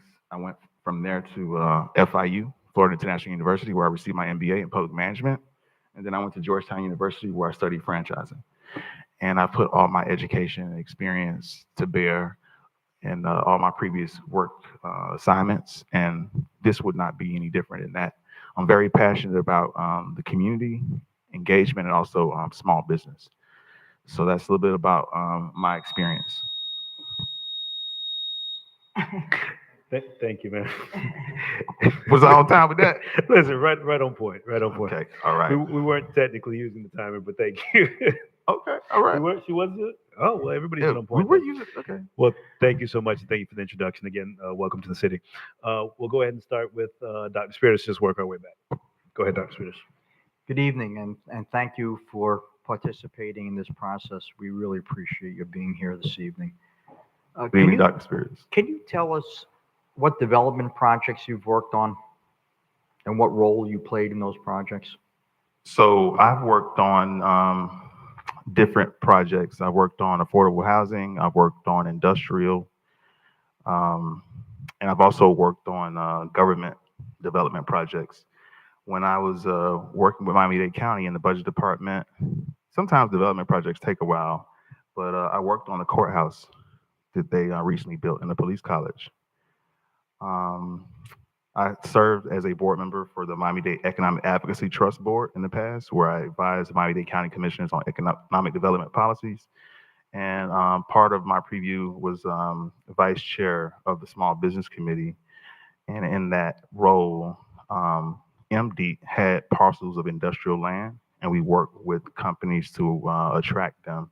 Now, 80% of job growth really comes from existing industries and existing businesses. So we took a company called Lisa, and we were able to get them a tract of land in Northwest Dade and help them redevelop. So everything from site selection to the ribbon cutting in that process as a board member. I've also participated in economic development on housing mixed-use developments with the Small Business Development Center, and also to name specific projects, Manna Downtown. So Manna Downtown was a project where I worked with the Downtown Development Authority to basically do community engagement and outreach prior to the development because they're gonna do a lot of infrastructure, digging and just revitalization. And there was a lot of businesses. Some of them were legacy businesses that were not even online. We helped them get online. We prepared them for the transition. So we helped them get funding packages to relocate to other parts of the city that would be more affordable and more appropriate for them. And businesses that wanted to stay in that area and endure the construction inconvenience, we tried to support them as best as we could by getting them additional financing, helping them with marketing, things of that nature. With Miami-Dade County Public Schools, I was a consultant on their general obligation bond, and I did a lot of marketing and community outreach on the general obligation bond. It was $1 billion bond to revitalize schools in Miami-Dade County. Thank you. Can you tell me what role you've played, if any, in applying for state and federal funds? As it pertains to redevelopment, I have not had the experience of applying for funds specifically for redevelopment, but I have a lot of experience with grants. It's been a primary routine function of my work previously with the Small Business Development Center. We won a national navigation award about 2 years ago where we received extra funding to help small businesses grow. I was very integral in that. The Small Business Education Program at Miami-Dade College with Citigroup. That was a grant that I had to write and also administer continuously to get additional funding for the program. I have a lot of experience in grants. I audited the HAP program, the Housing Assistance Program, in 2008. We had a housing crisis, and I was over about $20 million worth of funds in the housing program. So that's some of my experience in grants. Thank you. We all, as board members, represent, as commissioners as well, and we represent different districts as well as the entire community. We all have different objectives for our own district. Are you going to be willing to meet with us on a regular or semi-regular basis to discuss the needs in our own districts? Absolutely. One of my goals would be to be transparent with everything that we do, and whatever information I give to one commissioner, I would give to all. But I also would want to sit down with you all individually to understand your priorities, so collectively I can help you all execute the vision of the board and also the master development plan. That would be my goal and my priority if I'm selected for the position. You live in the Miami area? Yes, Miami Beach. Would you be willing to move to this area? Or Are you Absolutely. going to commute? Y'all have water here, just like Miami Beach. So certainly it's something I would consider. Wouldn't be hard sell for me at all. Thank you. I have no more questions, Chair. Thank you. So let's go to Commissioner Lanier. Oh. Yeah, I wanted to ask a question in regards to your experience in financing in terms of putting together deals, and also how do you plan to increase the revenue for the CRA district? I've put together deals that were not supposed to happen. I want to say that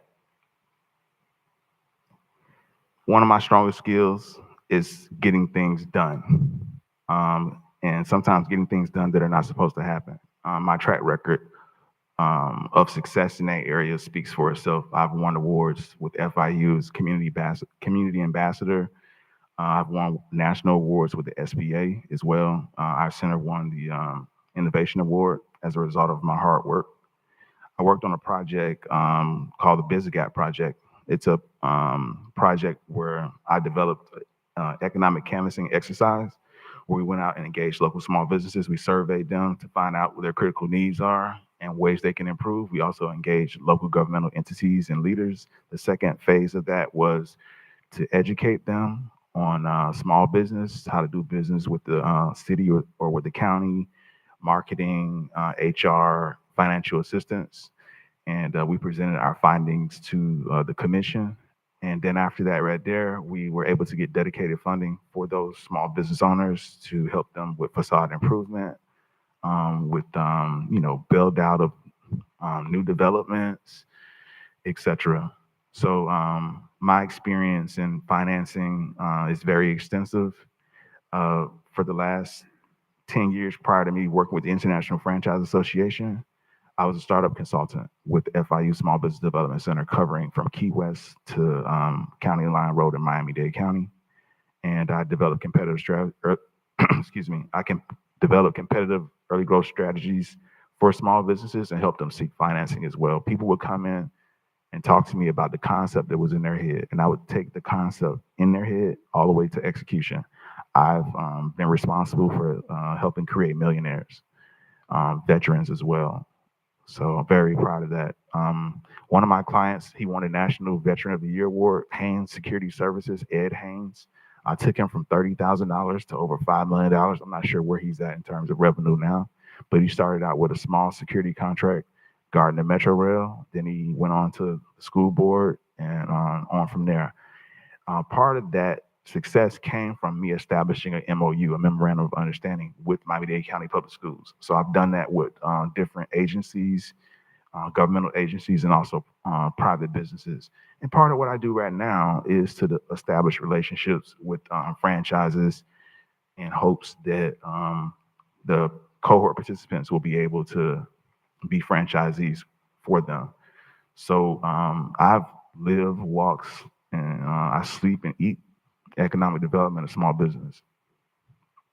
And I've done so for better part of my career. Thank you, Dr. For now. Thank you. Thank you.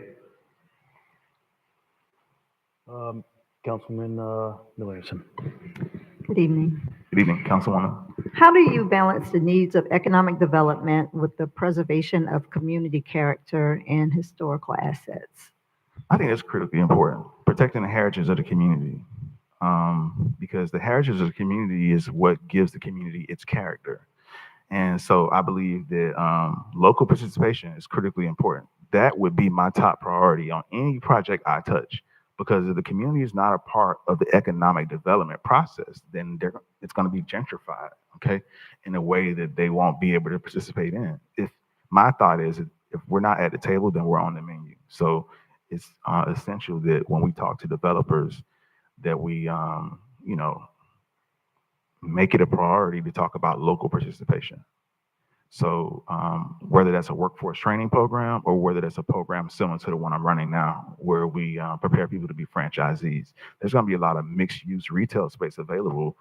And I'm just trying to reimagine the idea of City of Riviera Beach residents owning franchises in some of those spaces and employing their family, their friends, and having multi-segment ownership. If you look at a lot of the billionaires, there's some commonality amongst them and being able to be franchise owners. So you look at Shaquille O'Neal, you look at Magic Johnson, you look at a lot of these different successful entrepreneurs, and franchising is in the DNA of their portfolios. So it also is a way to change the community, and for the better. Anchor stores bring more businesses, and they bring more jobs. So bringing big box brands to the city would be something I would certainly be trying to do. It would be a priority of mine, really fast. Okay. One more question, Chair.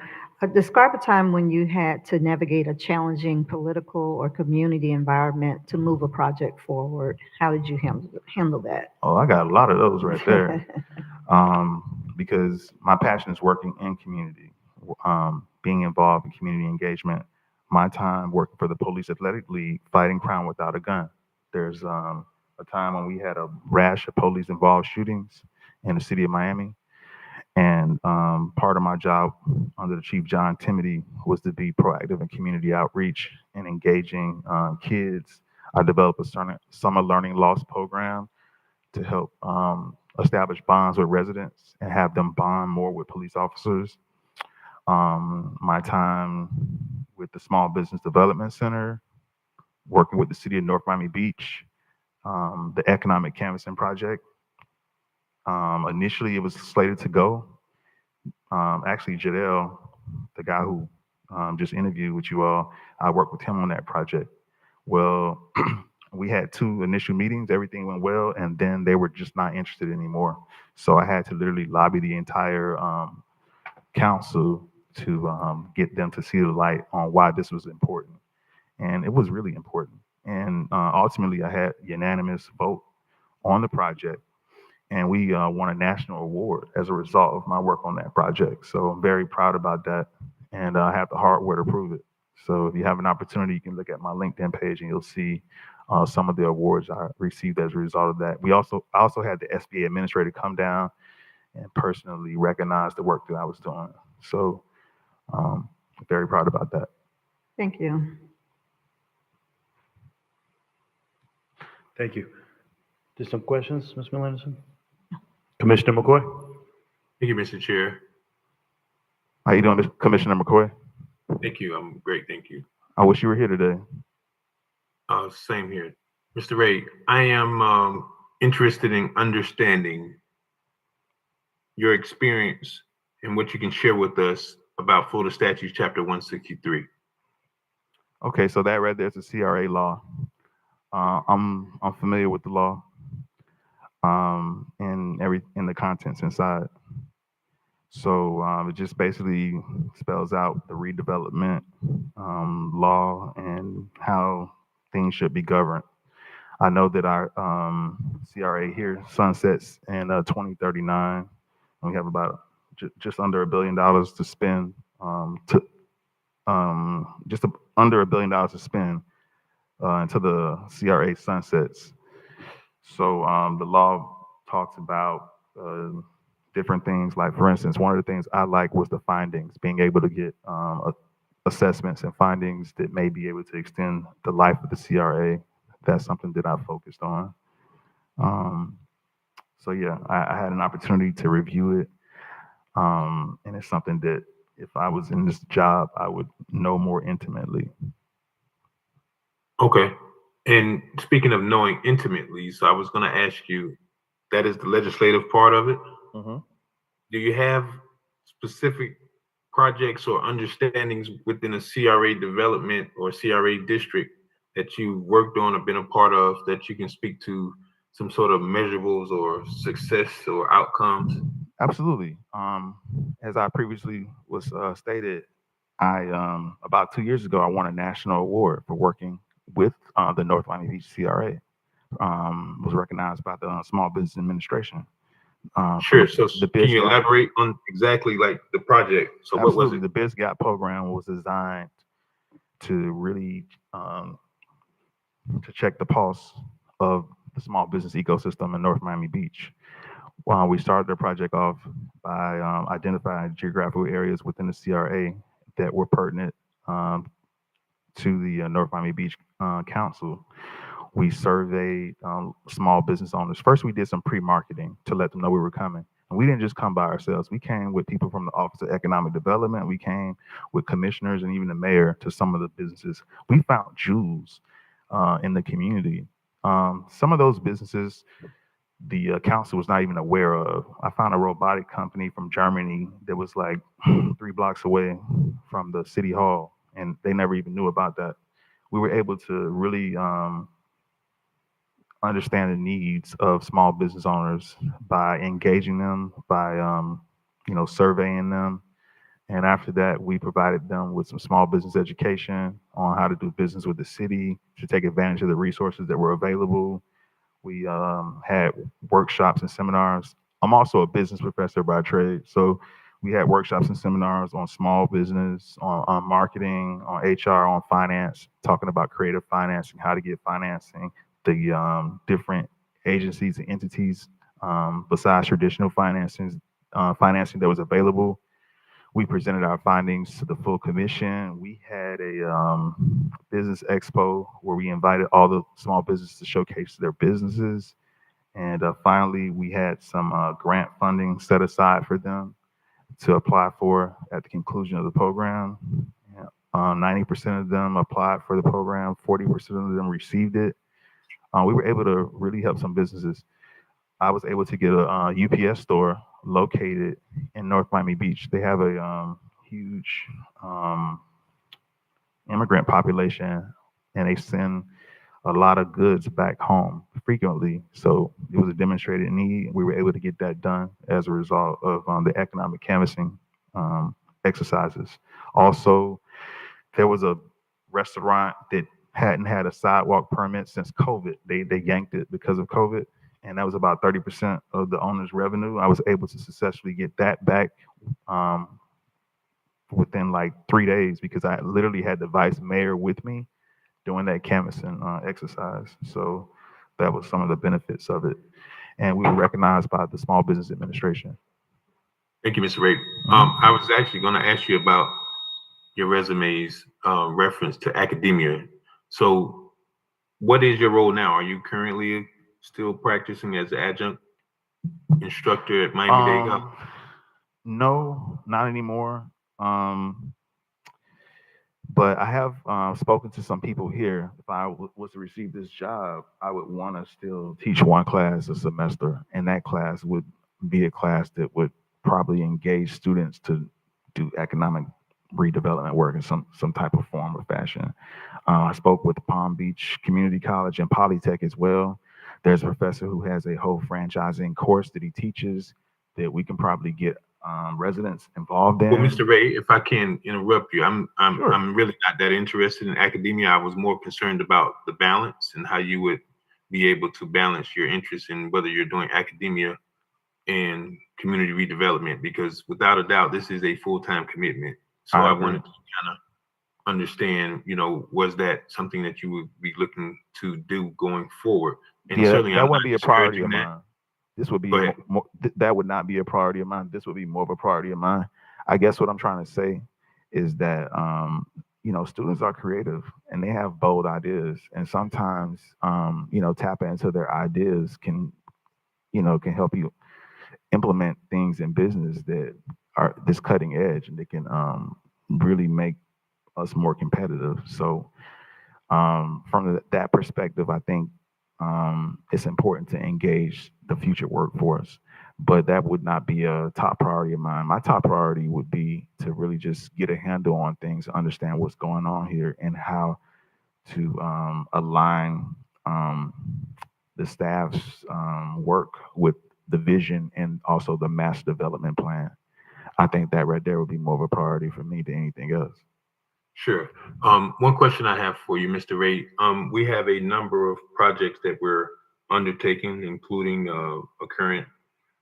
I would imagine staff has demonstrated at least some of the projects that we're currently looking at. Mhm. How is your experience in doing any kind of public-private partnerships where we have to rely on soliciting proposals or requests for qualifications to be able to seek out some sort of public-private partnership?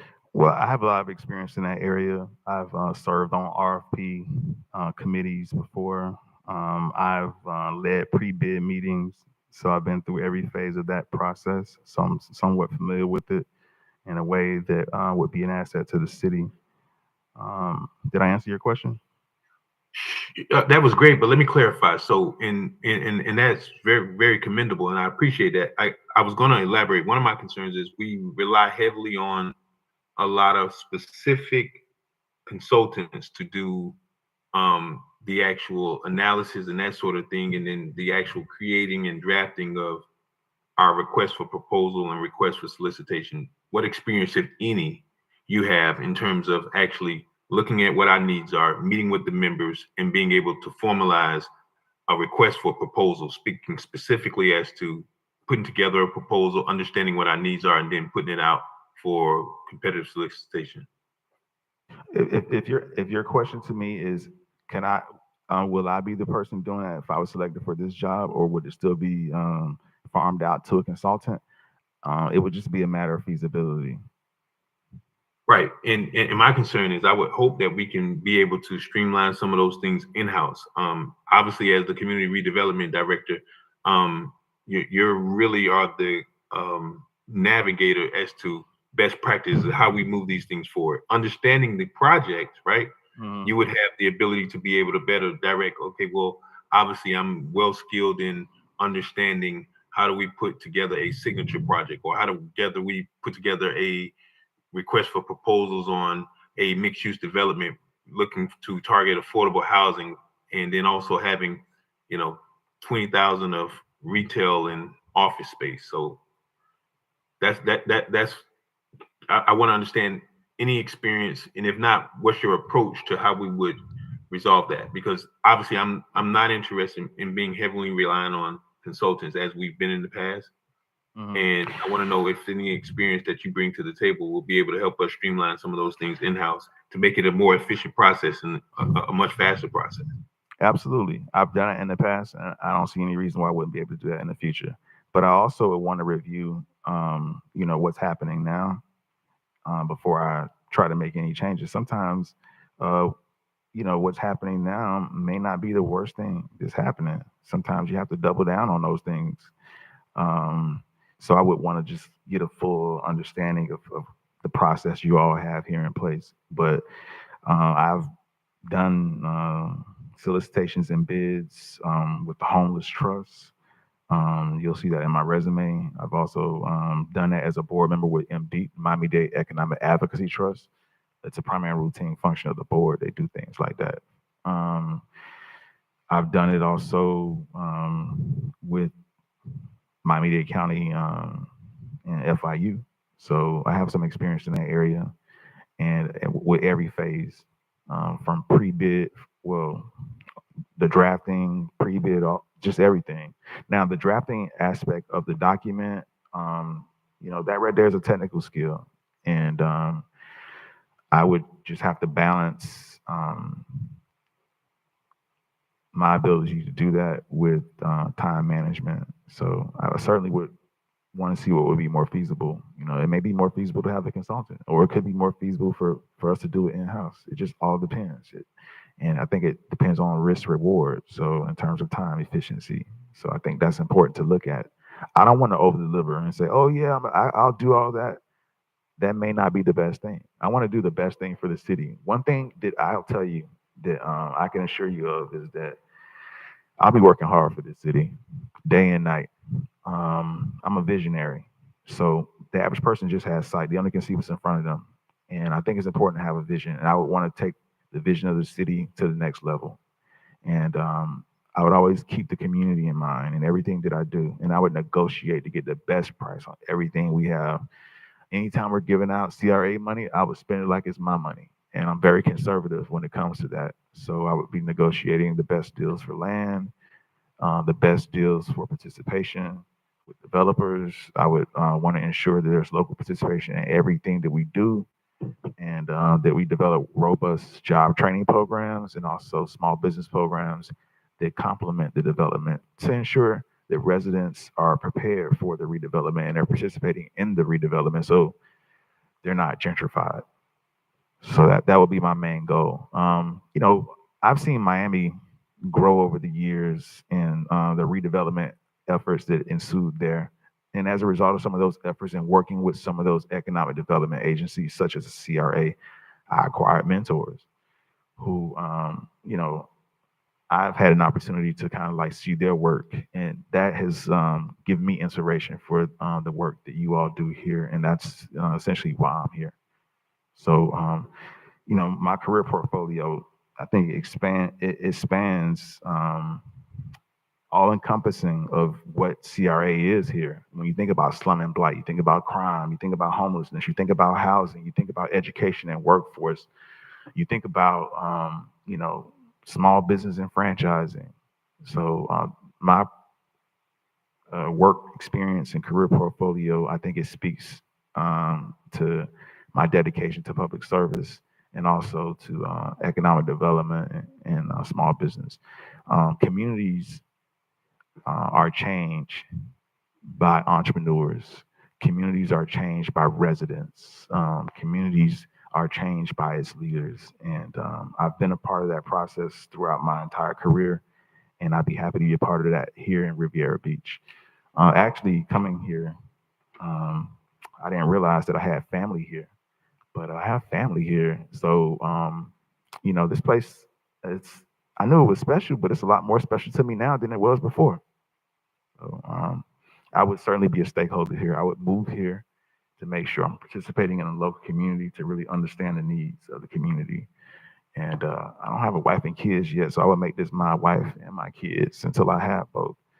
So you could rest assured that I would always keep the community first. I'll be transparent in the work that I do, and I work diligently every day to make sure we create jobs and expand small business for residents of Riviera Beach. Okay, I appreciate that. Just one last question. Can you speak to Sure. your supervisory capacity and oversight over, however many departments or staff members? Yeah, so I manage up to 17 people at a time. Also, I've managed hundreds of students in their careers. I'm a collaborative listener. Uh, I believe in mentoring and motivating people to reach their true potential, but I also believe in letting people do their jobs. So I empower employees to do their jobs. And I'm not a micromanager or anything like that. I believe that it's important to equip and empower employees to reach their best potential. And if they're not, then finding ways to help them out, to help them get to that point. That can require some type of counsel. Sometimes that requires retraining, whatever it takes to get the job done. That's what I'm all about. Thank you. Much I'm open appreciated. for business 24 hours a day when it comes to getting things done. Thank you. I yield, Mr. Chair. Thank you.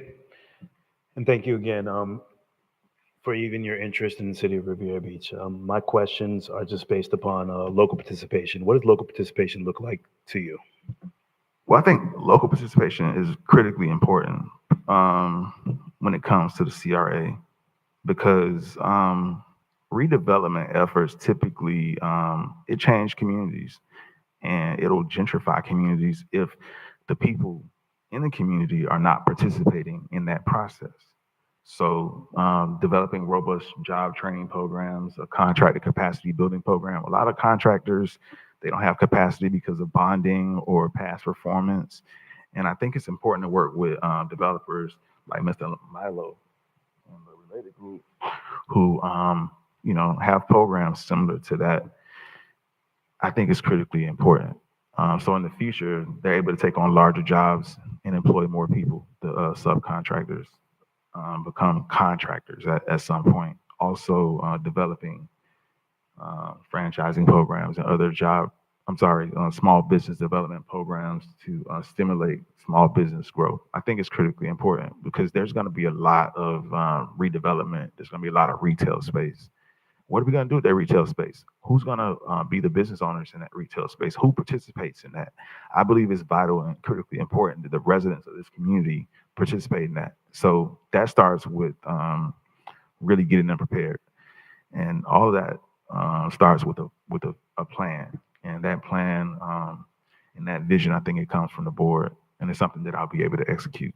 So my first 90 days, I would just be trying to figure out what goes on around here and engage with residents and also with the board and the community and just learn as much as I can and then work with you all to develop a strategic plan that we can execute and that we'll all be proud of. I would see it as my job to make you all look good. And then what I mean by that is I would just like to come to meetings after we've done some hard work and just commend you all for the work that you're doing in the community and highlight the successes, the wins that we'll make together, the jobs that we'll create, the lives that we'll change and we'll touch through this process. So I'm very passionate about that. And, I'm kind of cold. So I came in here and my energy was kind of low because, it's trying to heat me up. But I'm very passionate about this. And, I think my career portfolio speaks to, who I am in that process. I'm a man of the community, I'm a man of business, and I'm a man who knows how to make things happen when it comes to being a visionary. Okay, we're going to allow for any final comments from the board. We're running a little bit longer, but I want to make sure that we give every candidate the same amount of time, and then we'll, as a board, revisit how we're going to move forward. Commissioners, additional last questions? I Commissioner just Lanier. ask one question in terms of community involvement. I know that in terms of the CRA and the businesses that you want to build in the CRA, how do you see residents and how do you see everyday individuals getting involved with the CRA? Well, I think that starts with outreach. I learned grassroots outreach at the age of 13 to 14. Congresswoman Frederick Wilson, she taught me that. And I've developed a passion for it since then.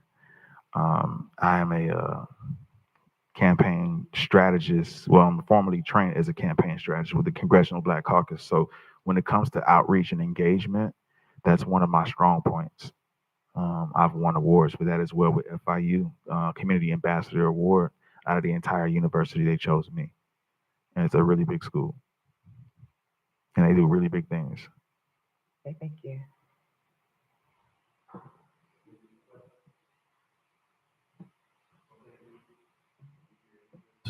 And wanting to interview with the city of Riviera Beach, if we can go ahead and give you 5 minutes, just if you have any closing statements to leave or any closing remarks for the board. I just want to say thank you all for the opportunity to interview for this job. It's something that I've been thinking about for quite some time. I had an opportunity to take a tour of the city today, and the artist in me came out. What I saw was a blank canvas. I reimagined what could be. And, in order to bring out those creative juices, sometimes you got to be passionate about what you do. For me, I am. I'm passionate about the community. I'm passionate about small business, and I'm passionate about changing lives and helping people. And on day one, I would be working towards the overall goal of redeveloping this community. I would be visiting stakeholders,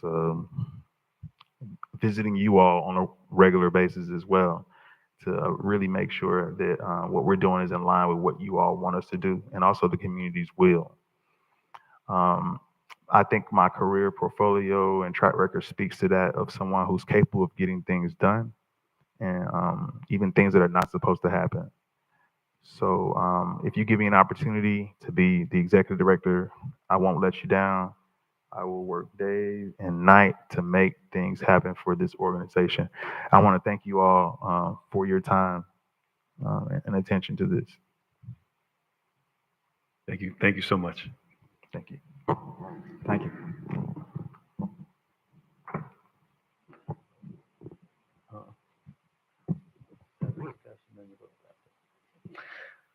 All right. So commissioners, let's have a quick discussion of how we're going to proceed. Do we actually have any, I'm sorry, you do have it. Go ahead. Oh, we have public comment cards. Comment for this item, we have comment cards, yes. Okay, let's go ahead and take public comment. Okay. Mr. Chair, we have 2 comment cards. Miss Mary Brown, followed by Erica Davis. Erica Davis.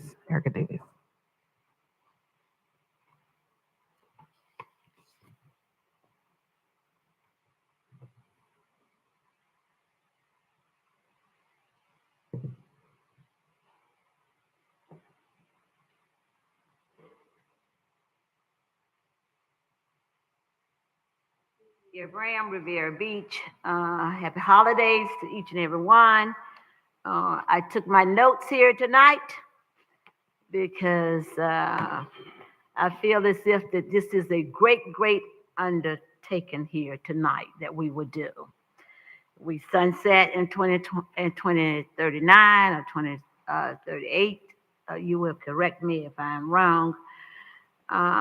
This job should be based on passion, understanding, communication between you as a board as well as we as a community, because the partnership lies within each one of us as the board, and as a community.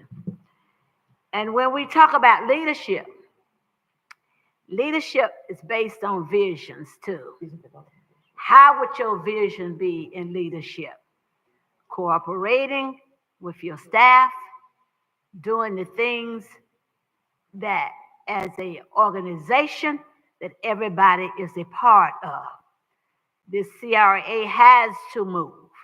It has to move in some aspect. And I'm gonna be honest, I'm not gonna see things all at one time. But we have to move the things in the CRA that we can move. I totally agree that when we move, parking is essential. Because if you build anything, you must have parking to these elements. And with the CRA director, with a vision to get us passionately, I like that word, passionately, because that's what we should be about now.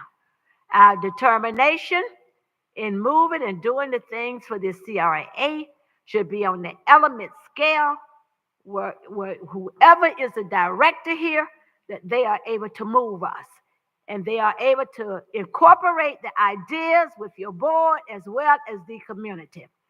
And the bottom line should be success. We're tired of playing around here. We want someone that is rounded.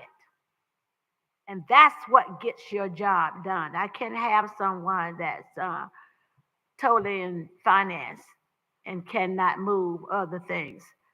It's other parts of a work experience than just finance. Finance is key to it. But I must have that expertise in building. I must have that expertise in how to move. I must have that expertise in partnership. I must have that expertise in contracting. I must have that expertise with the community. I must have that expertise with my staff. How? All of these things here work in a CRA in order to move your CRA, not just in Riviera Beach, but in any community. To have it build up, your restaurants, your hotels, how? Your fundings, how? Who can seek fundings or who can partner with funders to come in and make us successful? So I thank you all. Thank you for your comments. Have a good evening. You as well. Thank you. Have holidays to you. Good evening, Board. Erica Davis, Riviera Beach. We had 3 great candidates, but the one that stood out the most was the last one. The second one was very versed in government duties and experience with that. But I was very impressed with Mr. Ray because he thinks outside of the box. He's a businessman, he's a visionary, and he also has government experience as well. And this is what we truly, truly, truly need in this city. It's not about policies and looking at a policy book. It's about government. But government is a business. But in order for you to move a city, for it to flourish, you have to have versatility. And he thinks outside of the box. He's dealing with business. He's dealt with billions of dollars. He's dealt with a versatile amount of people, different people. And that's what we need. We need someone that can think outside of the box, that is versed in every area. So we can get our small businesses up and running. We can get our developers up and running. We can get this place growing. We can build revenue in the city because we are sinking. And we need someone that thinks outside the box that can fuel our city to where we need to be. So I hope you guys think about that. Thank you. Thank you for your comments. Mr. Chair, that's the end of comment cards. Thank you. All right, commissioners. Mr. Dean, do we have any feedback on what the next steps would be? Thank you, Mr. Chair. The only thing I can suggest is at this point, Obviously, it's up to you, the process you want to use for figuring out who meets your best needs. It is not uncommon, though, after you've had all the interviews, that I've had numerous councils of picking different positions, especially managers and directors like this, where they've not hesitated to bring somebody back, either to different candidates to ask them questions based on what they heard, or for a candidate they're thinking about that they want to ask them an additional question or two. That's up to you. That helps sometimes clarify who your final choice is. But that's what you have to give me direction so I can decide how we bring them back in the room. Mr. Chair. You're recognized. The process that we followed previously, Ms. Desir, that ranking system, how, do you recall how we did that exactly? I believe we voted on each candidate. We ranked them? Yes, we did actually rank them. I did have a scoring sheet for that, but I don't have one today. Okay. Commissioners, would we be okay with ranking? Well, first thing, do we want to bring any of the candidates back to ask additional questions? No. Okay, no. So are we okay with just ranking 1, 2, 3? Lowest score is going to be who we move forward with? Your number 1 and your number 3. Yes, ma'am. Okay. Number 1 would be your top pick. And then whoever has the lowest number out of all 3 would be the one that would be our top pick. Are we okay with that? And if there's a tie, then we can go ahead and vote again. Yeah, fine with that. Yeah. Chair. You're recognized. You recognized, Dr. Spears. Yes, council, maybe Scott can answer this. What are the requirements for the Director of Planning and Development?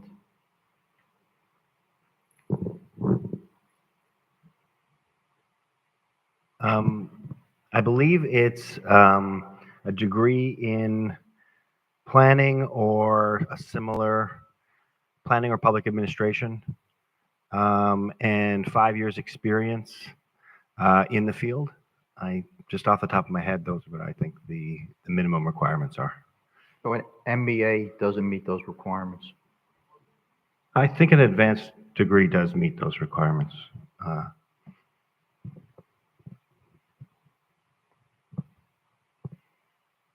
I'm sorry, Mr. Chair, may I go ahead? Recognized. Yeah, that was for the planning and development director? Correct. Okay, but not for the... Not for the executive director, for the planning and development director. Yes, that I couldn't answer, sir. Okay. Commissioner McCoy? Yes, I was not able to hear what your recommended process was. If you don't mind, can you repeat that again? I know I heard ranking them, and that was about it. We're going to rank our candidates 1, 2, and 3, with number 1 being your first choice. And then the scoring and rank would be based upon the lowest number between all of the candidates would be the number 1 recommendation. If there is a tie, then we would rank the top 2 again. Okay, thank you. And okay, how's that going to happen? Are we going to do a roll call vote? We're gonna do a roll call, and we're just gonna verbally give our numbers 1, 2, and 3. So we'll just take 2 minutes to write our names down, and we can just read them off the sheet into the record. Okay, thank and you. Mr. Deneen, if you could just give us all of the names of the candidates one more time, so that we can rank them. In alphabetical order, you have Mr. Corridor.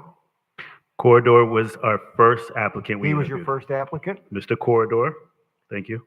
The second one was Mr. Merizu. Sorry, can you spell that for us? It's Merzius.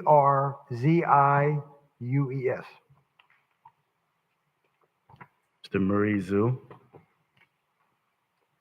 And the last was Mr. Ray.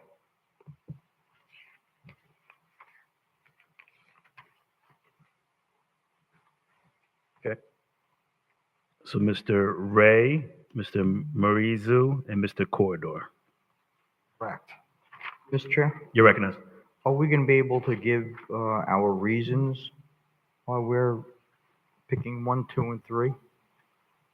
We can put that on the record now, but once we just start the roll call, we don't need to. But if anybody wants to put on the record now who their selections are, they can. But then once we start the roll call, we'll just give our numbers. So if you'd like to go ahead. Could I Mr. Chair, can we discuss that first? Can I correct the spelling on the one person's name? Yes, please. Merzius. Merzius. Commissioner McCoy? Yes, so can we have some discussion on Commissioner Spiritus's recommendation on selecting a candidate? Yes, sir, you're recognized. So if I'm understanding Commissioner Spiritus, you're asking that we're going to justify our reasoning for selecting or ranking whichever candidate, is that correct? Not really justifying our vote. I just have some comments to make with reference to each of the candidates that I'm voting for. Okay.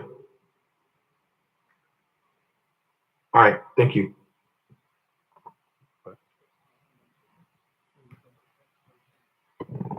Mr. Chair, You recognize Mill Anderson. if, obviously we can all make comments, but I'm not interested in having a discussion about, trying to persuade someone to change their rankings. So if it's just commentary, that I don't have an issue with that, but I'm not going to engage and go back and forth as to why, I put this person 1 or 2 or 3. Traditionally, we just give the ranking and that's it. But, we can always give our opinions if we want to, but I'm not going to participate in a discussion about it. Mr. Chair. You recognize Commissioner McCoy. Thank you, Mr. Chair. I would kind of follow that path because I was and I don't want to be the one to seemingly offer a suggestion and it comes off, or even commentary for that matter, and it comes off as a critique. And I think saying something great about candidate A may be to some sort of implication that another candidate may be deficient. And, I'm really careful and I want to be careful about it. And I certainly understand and respect your position, Commissioner Spiritus, and I would probably stand in the same position as Commissioner Miller Anderson because I don't want to have some misinterpretation to linger, and I'd much rather us be very clean as to how we offer it up. If that's something personal, I would certainly encourage it. That perhaps that's a conversation that can occur outside, but I don't see how it can not come off as a critique or not come off as a deficiency for someone that perhaps didn't have the same accolades or best experience as another. So that's my only concern. Thank you, Chair. Thank you. Dr. Spiritus? Yeah, I'm not talking about qualifications. I just have like one comment I want to make with reference to what my vote is going to be. But it has nothing to do with qualifications. So, Mr. Chair, so our attorney did say that if you want to give your reason, once you put your vote on the record, that would be the recommended approach. So once we do the roll call, you can give your recommendation at that time. Mr. Chair, I still didn't get an answer from council. I know that Mr. Evans didn't have the answer, but Counselor, can you tell us what the requirements are for Director of Planning and Development? But Mr. Chair. I wouldn't. Mr. Ms. Anderson? I don't know where that's going, but we're only here right now talking about the CRA director. I don't see how that would tie in with this unless we're now going to say, well, I think you'd be better suited for the planning position or whatever. And I think that's inappropriate to go down that road. I think we need to stick to the position that we're looking to hire for now. If we have concerns or would like to recommend something for another position, I think that should be done at another time or privately. Mr. Chair? Correct. As someone said before, I'm thinking outside the box. We have to run this agency right now. We're going to have an opening for a Director of Planning and Development imminently. We already have it. We have 2 vacancies here right now. And I know that we're thinking of one, but we had three very good candidates today. So I think we should take advantage of an opportunity that's knocking on our door right now. And I don't think we should close our eyes and just go blindly in this right now. We have a good opportunity right now, and I think we should take advantage of it. Mr. Chair, You're recognized. is that job posted already? Has it been posted? Mr. Chair, You're recognized. the position has not yet been posted. Okay. Know that that position is vacant right now. So, and also, we saw 3 people today. There may be others who are interested in applying for that when it becomes vacant. So I mean, obviously you can make whatever comment you like, but I'm not going to participate in that. Okay. Additional comments? Madam Clerk, we're going to do a roll call, and we'll have, as we do the roll call, put into the record.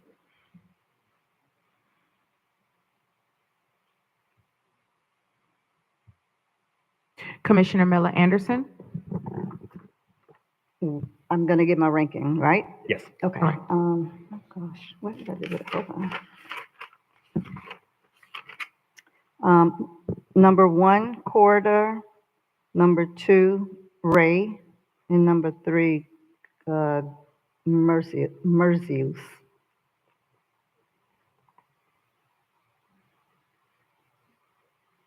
Commissioner Lanier, Number 1 is Goodell Merzius. Number 2 is George Ray III, and number 3 is Melvin Corridor. Commissioner Spiritus, Number 1 is Melvin Corridor. Number 2 is Merzius. And number 3 is Ray. Vice Chair McCoy, Yes. Number 1 is Merzius. Number 2 is George Ray. Number 3 is Corridor. Chair Lawson, Thank you. Number 1 is Ray. Number 2 is Merzius, and number 3 is Corridor.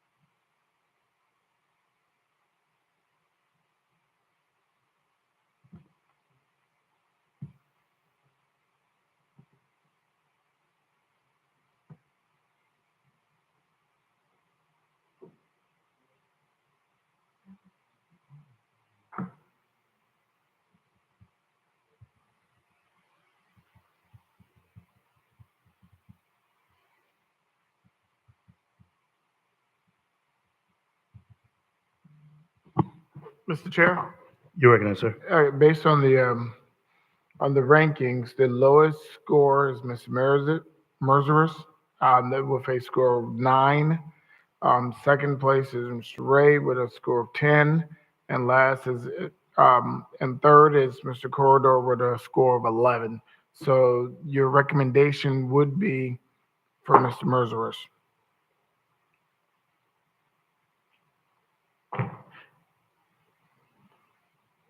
Mm-hmm. Yeah, I was just keeping track. The numbers 9, 10, 11. So the lowest was 9. Sorry. So the math was 9 is going to be the lowest score, and Yes, sir. Merzius did receive the lowest number of score because you had a 3, a 1, a 2, 1, and a 2, which Yes, would sir. create a number 9, which is the lowest between all of the candidates. Can you say number 11 was Corridor? Yeah. So he had 11 points, which would have equated to a higher score, which equates to the number 3 ranking. Because based on Corridor, he was ranked 1 by 2 commissioners, but then 3 by the other 2. So that put him a little bit lower. Mm-hmm.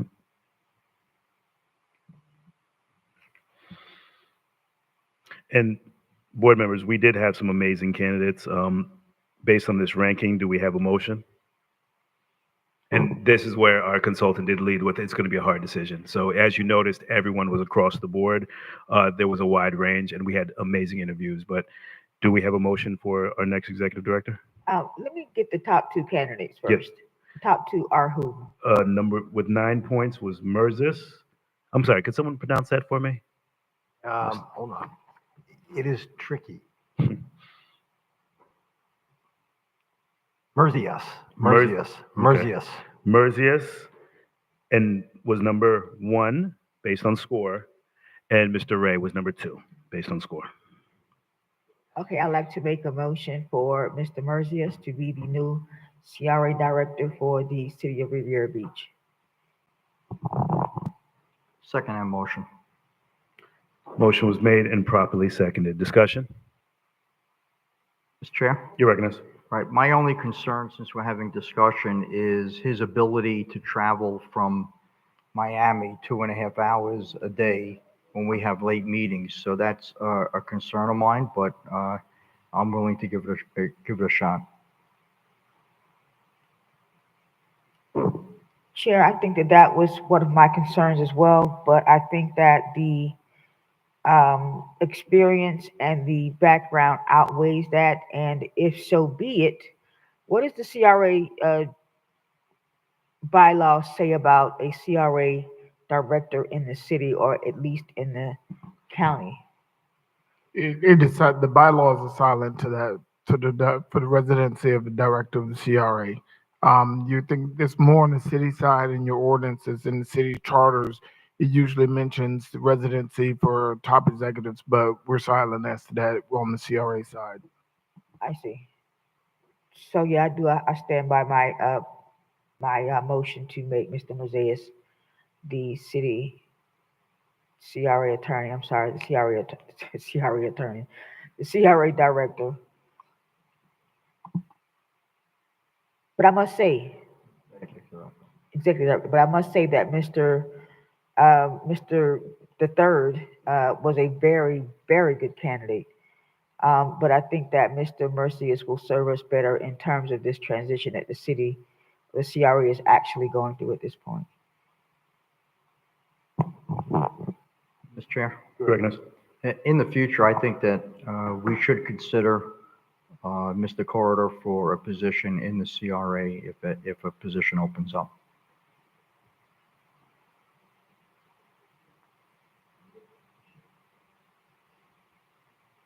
Okay. Additional questions or comments? Go ahead, sir. First of all, it's been a pleasure working for all of you. It is pretty amazing. I don't think I've ever had a time where all 3 candidates were separated by 1 point. So that says something. It also says something to your reputation that you got 3. We had 45 resumes. We had 3 really top people. I think that speaks well for Riviera Beach CRA. The other thing is that the next thing really is the appropriate thing to do is to bring him forward and tell him your vote and make him the offer. Obviously, it's not official till you work a contract out with him, and then you bring forward, and that's how you hire him, is through the contract. Okay. I'm glad to go get the candidate. I can bring the other 2 in if you want to thank them once again for their participation. It's up to you. And to that point, commissioners, as well, the contract has to be negotiated. The salary was advertised, but the contract has to be negotiated, and that would not eliminate the next candidate in the event that terms cannot come to agreement for the first candidate. Would that negotiation be with our attorney, Attorney Smith? Yes. Good. Push your mic down. Push it in. There we go. A lot of communities, what they'll do, especially when you're this close, is that they will instruct the attorney to go ahead and negotiate a contract. If by some chance you cannot negotiate a contract, rather than go through the process again, you authorize the attorney to go to the second candidate, which in this case would be Mr. Ray. That seems fair. Okay. Okay. Commissioner McCoy? That's good. Thank you. Additional comments? Roll call, Madam Clerk. Commissioner Miller Anderson, Yes. Commissioner Lanier, Yes. Commissioner Spiritus, Yes. Vice Chair McCoy, Yes. Chair Lawson. Yes. That vote passes 5-0. And I do want to thank our consultant before you leave, because we've worked with you before. This time was seamless. You were able to get some well qualified candidates, and just to see how this interviews went, to see how the process, thank you. You made it easy for us. You're very welcome. If you allow me, I will go get the candidates. One, so you can tell the one person who's successful, and because they came over here, you may want to re-thank them again for their participation. Thank you. You're going to make one person very happy and two people. And for me, it's like having three kids. I wish you could offer all three of them the job. Well, let's split the salary in threes, and then we can do it that way. You about to offer to him right now. I bet you comments come. So, Mr. Chair, You're recognized. just so we understand, so I'm going to start with the contract, with the last contract of the executive director, as a basis for the contract negotiations with the candidate so far, including the outgoing salary, or is that a discussion that we need to have as a board?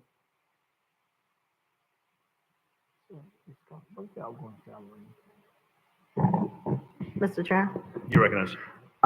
what was the range that was advertised?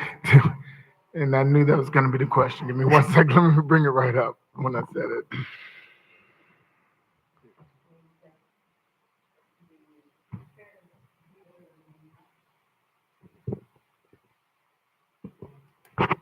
The experience may or may not be comparable to the previous one.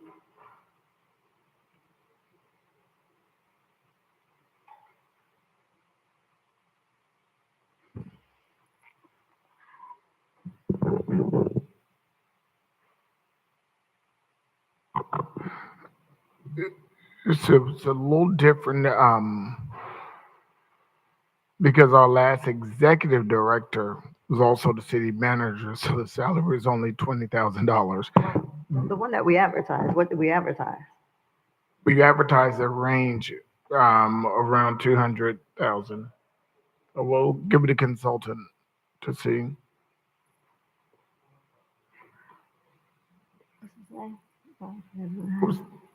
What was the range advertised? Huh? Is it the name?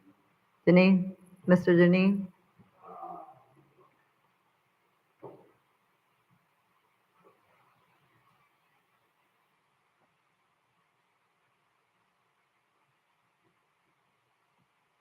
I guess we can come back to this conversation after.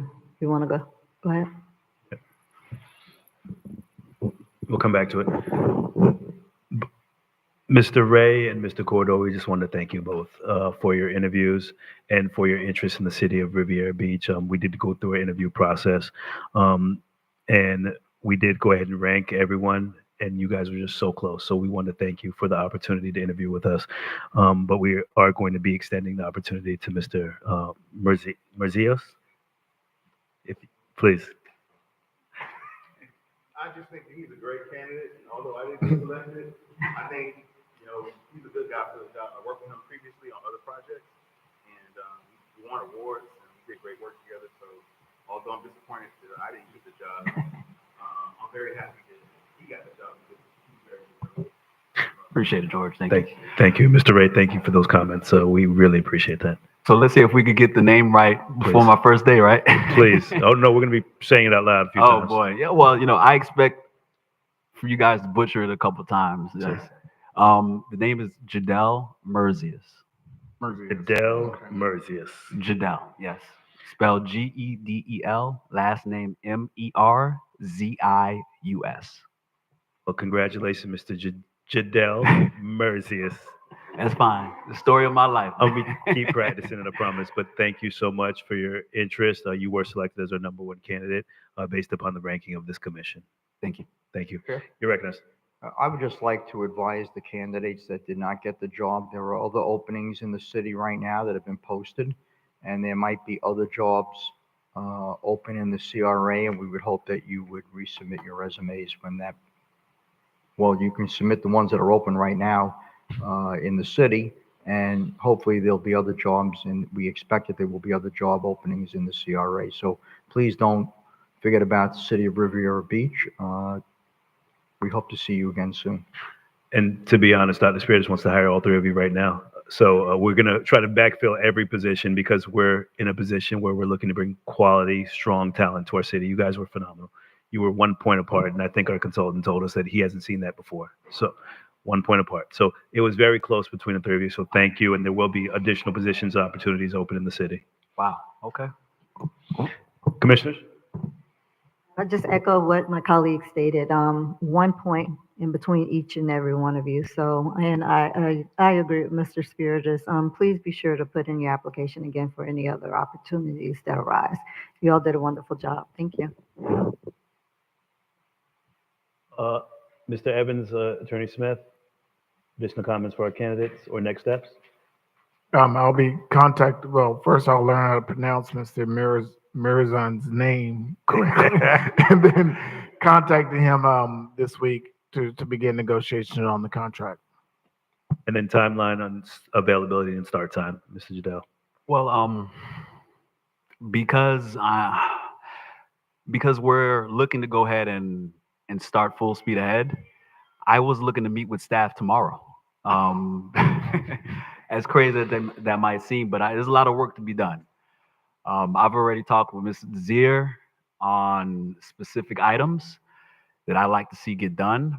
I'll at least have a phone conversation with Mr. Jonathan Evans along with Scott Evans to see what that transition looks like and start to work with staff. We're in the holiday season as well, so I'll adhere to that as well. So I want to give a definite date, but I'd like to go ahead and at least start with those conversations as soon as possible and then meet with staff and meet with our elected officials as soon as possible as well. We have a lot of beautiful real estate in these 8 square miles. So after you talk to your family and your wife about considering, we'd love to have you in our community and living in the city. Yes, as well. sir. Recognize? So, I mean, does he have another job that he needs to give notice to before you can officially start, or? A job? No. Okay. No. I will give All right, notice. now. I will give notice as soon as possible. Okay. And yeah, I'll give notice as soon as possible. We should be fine with that. There shouldn't be any issues with that. There 2 shouldn't be any weeks, issue. 4 weeks? 2 weeks, depending on how quick the CRA would need me, either 1 or 2 weeks. Okay. All right. Thanks, sir. Additional comments from the board? Commissioners? Congratulations again, and gentlemen, thank you so much for your interviewing as well. Mr. Dan. Hit the mic. Is that it? Yep. Can you hear me now? Yep. I was asked, I think what the range in the job was advertised. It was advertised at 180,000 to 230,000. It's a pretty wide range. Thank you once again for the opportunity to serve you. I really appreciated it. Thank you. Mr. Zier? General public comment? Okay, let's go ahead and take that. Then we'll just have some closing comments from the board. Public comment shall begin at 7:30 unless there's no further business of the CRA Commission, in which the event shall begin sooner. In addition, if the items being considered at 7:30, then comments from the public shall begin immediately following. That's concluded. We've adopted the rules of decorum. Please govern yourselves accordingly. Madam Clerk? Mr. Chair, we have 2 public comment cards. Mary Bram, followed by Delcia Brooks Hamilton. Ms. Brandt?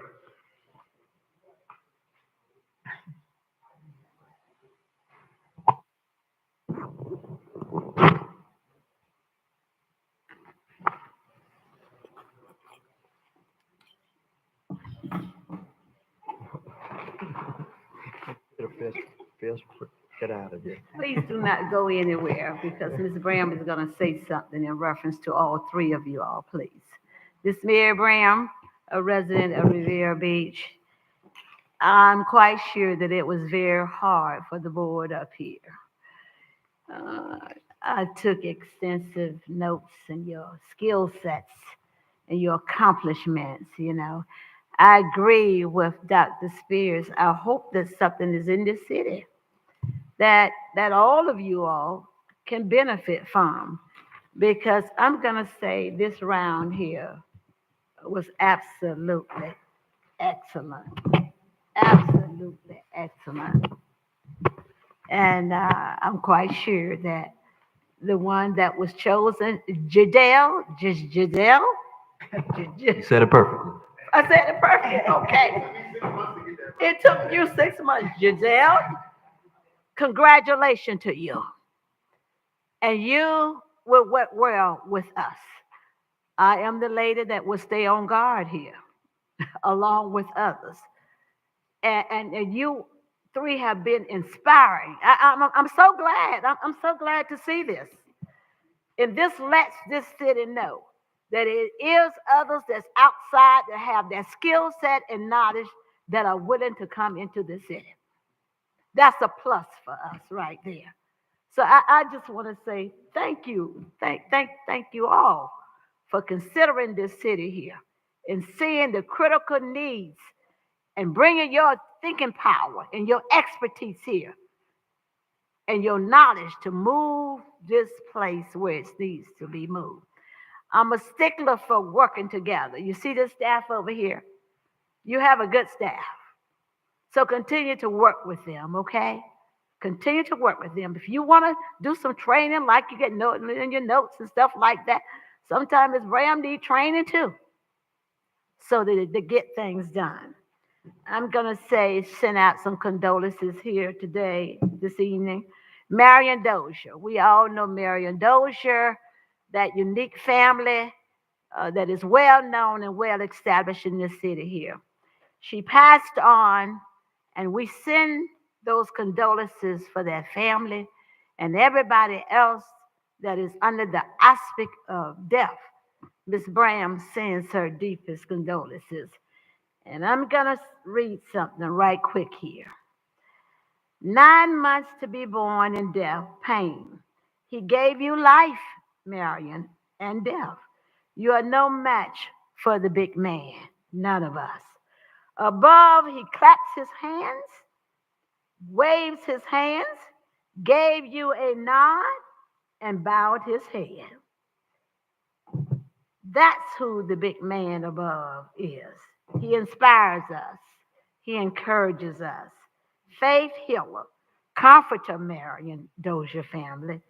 Battle like in the time of a battle. A friend, savior. He is a rain, wind, storm. He comes to see for safe passage. Thank you for your comments, Ms. Brown. Thank you all. Delcia Brooke Hamilton. Welcome, Ms. Delcy. Oh, thank you. Good evening, Council, Mr. Chair, Attorney, and City Manager. My name is Delcia Brooks Hamilton, and I am a small business owner in Palm Beach County since 2000. I'm a minority woman, business owned. And the reason I'm here is because I just want to say a couple of things. I'm somewhat disappointed with the outcome of the Marina Phase 2 project. But tonight, listening to these candidates at the same time, I'm really excited. So that's a great thing. Now, as you may all know, that I have been waiting for the past 10 years to build a 4-star restaurant on pad site number 2 at the waterfront. Now, because of the lack of parking space, as we all know that, we haven't moved forward.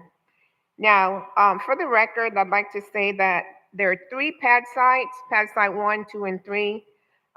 City Council, I'm making a request. I'm asking you to please make sure that I'm protected with one of those pad sites. I have done everything that was asked of me, and I'm ready to do it again. Now, I want to be protected because I don't want to again be at the mercy of a master developer, like what recently happened. Now, I have wasted so much time, invested over hundreds of thousands of dollars. I have products sitting in warehouse currently that are no good to me anymore. Not to mention the revenue that I would have made, and not only myself but the city as well. So we've both lost in this situation here. I have been the only restaurant operator that's still standing until this day, focused, determined, and passionate, like the young man George said. Now, I have provided all required information that was requested of me, as I mentioned, and I'm ready to do it again. I'm ready to put shovels in the ground. I have been consistent, determined, focused, and passionate. Now, those are qualities that the city should want to partner with a joint venture, someone like myself. Now, please consider my time spent on this project. Thank you very much. And I'm really excited to work with the CRA director that was chosen this evening, because this city has lost so much money, but now I am excited because, and you guys have done a great job, and I commend you for the decision that you've made. I had time to think about it, but it was the right decision that was made. So, thank you for moving the city Thank you for your forward. comments, ma'am. Mr. Chair, that's the end of comment cards. Thank you. Discussion by Executive Director. Nothing, Mr. Chair. Attorney Smith. Nothing, Mr. Chair. Thank you. And before we go into the commission, I just want to thank Scott Evans for your amazing, tireless commitment to this city, to the CRA, and your years of dedication, because I've seen it and just watched it from afar. I've got to sit up here on this dais, serve as the chair and as a commissioner, and just watch you. And I'm just so proud to have served with you and to allow for you to lead the CRA. So I just want to thank you first and foremost. You've been tremendous, and we look forward to continue to work with you on the other side, where we can wear our other hats as well. So thank you, Mr. Evans, for your dedication. Thank you, sir. Comments from my board, starting with Commissioner McCoy. Stay mute.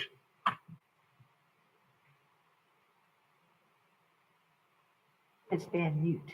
Oh, okay. Ms. Leonard?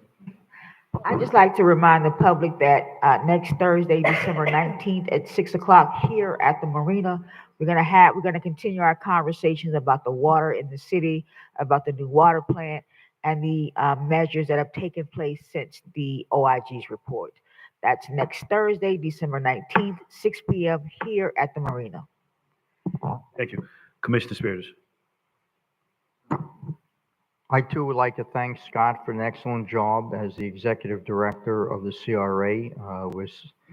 He's done some wonderful work, and I'm glad that you're still staying with the city, because we're one city. The CRA and the city is one, and I'm glad that you're still going to be on board. I'm sure it'll be very helpful in the transition period, and I'd like to thank you for that.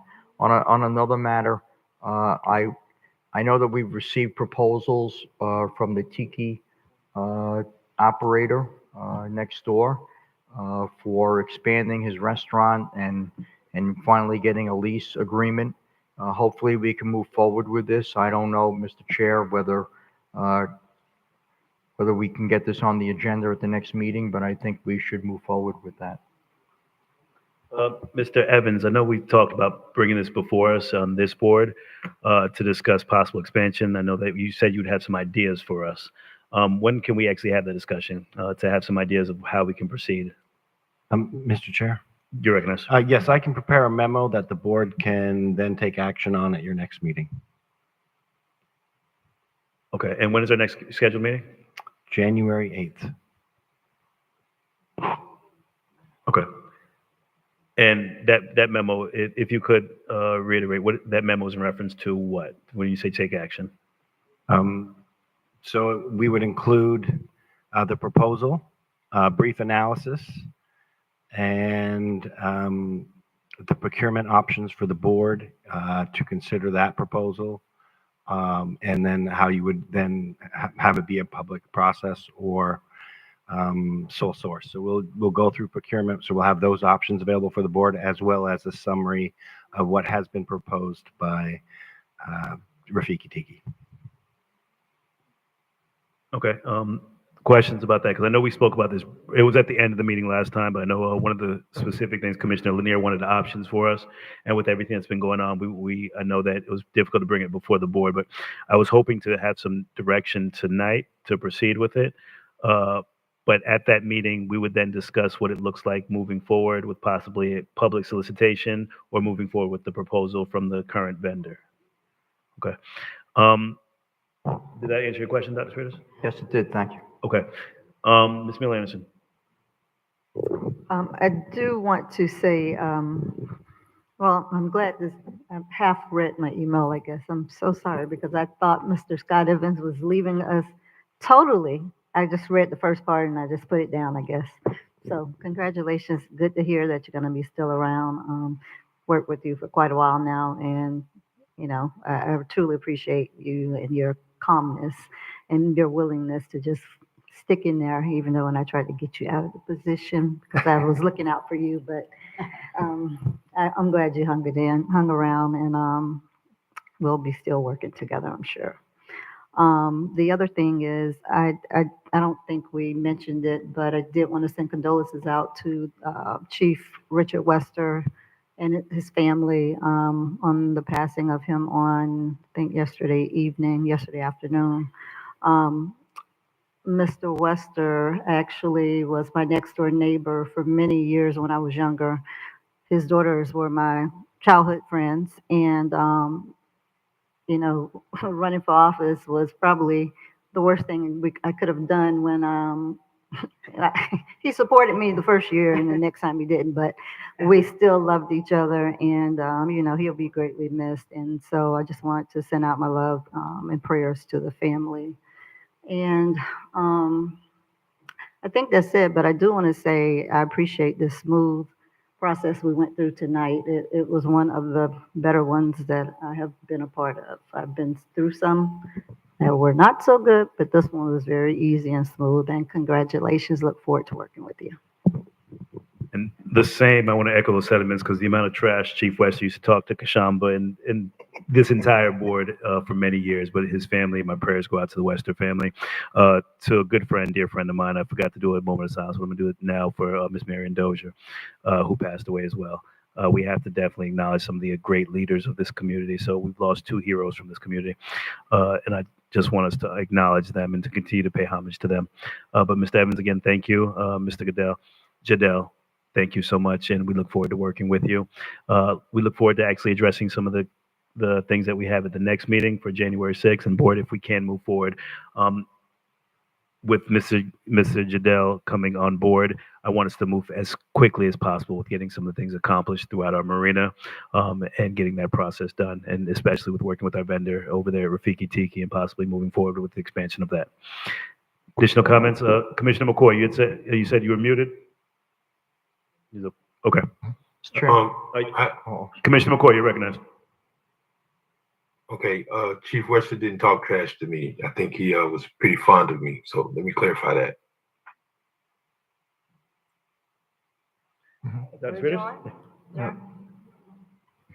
That's it, right? I just want to say that I worked with Marion Doza as a commissioner on the Housing Authority, and my condolences are out to her family. She did an excellent job for the Housing Authority for many years, and she will be missed. Yes, it will. With no further business, meeting's adjourned.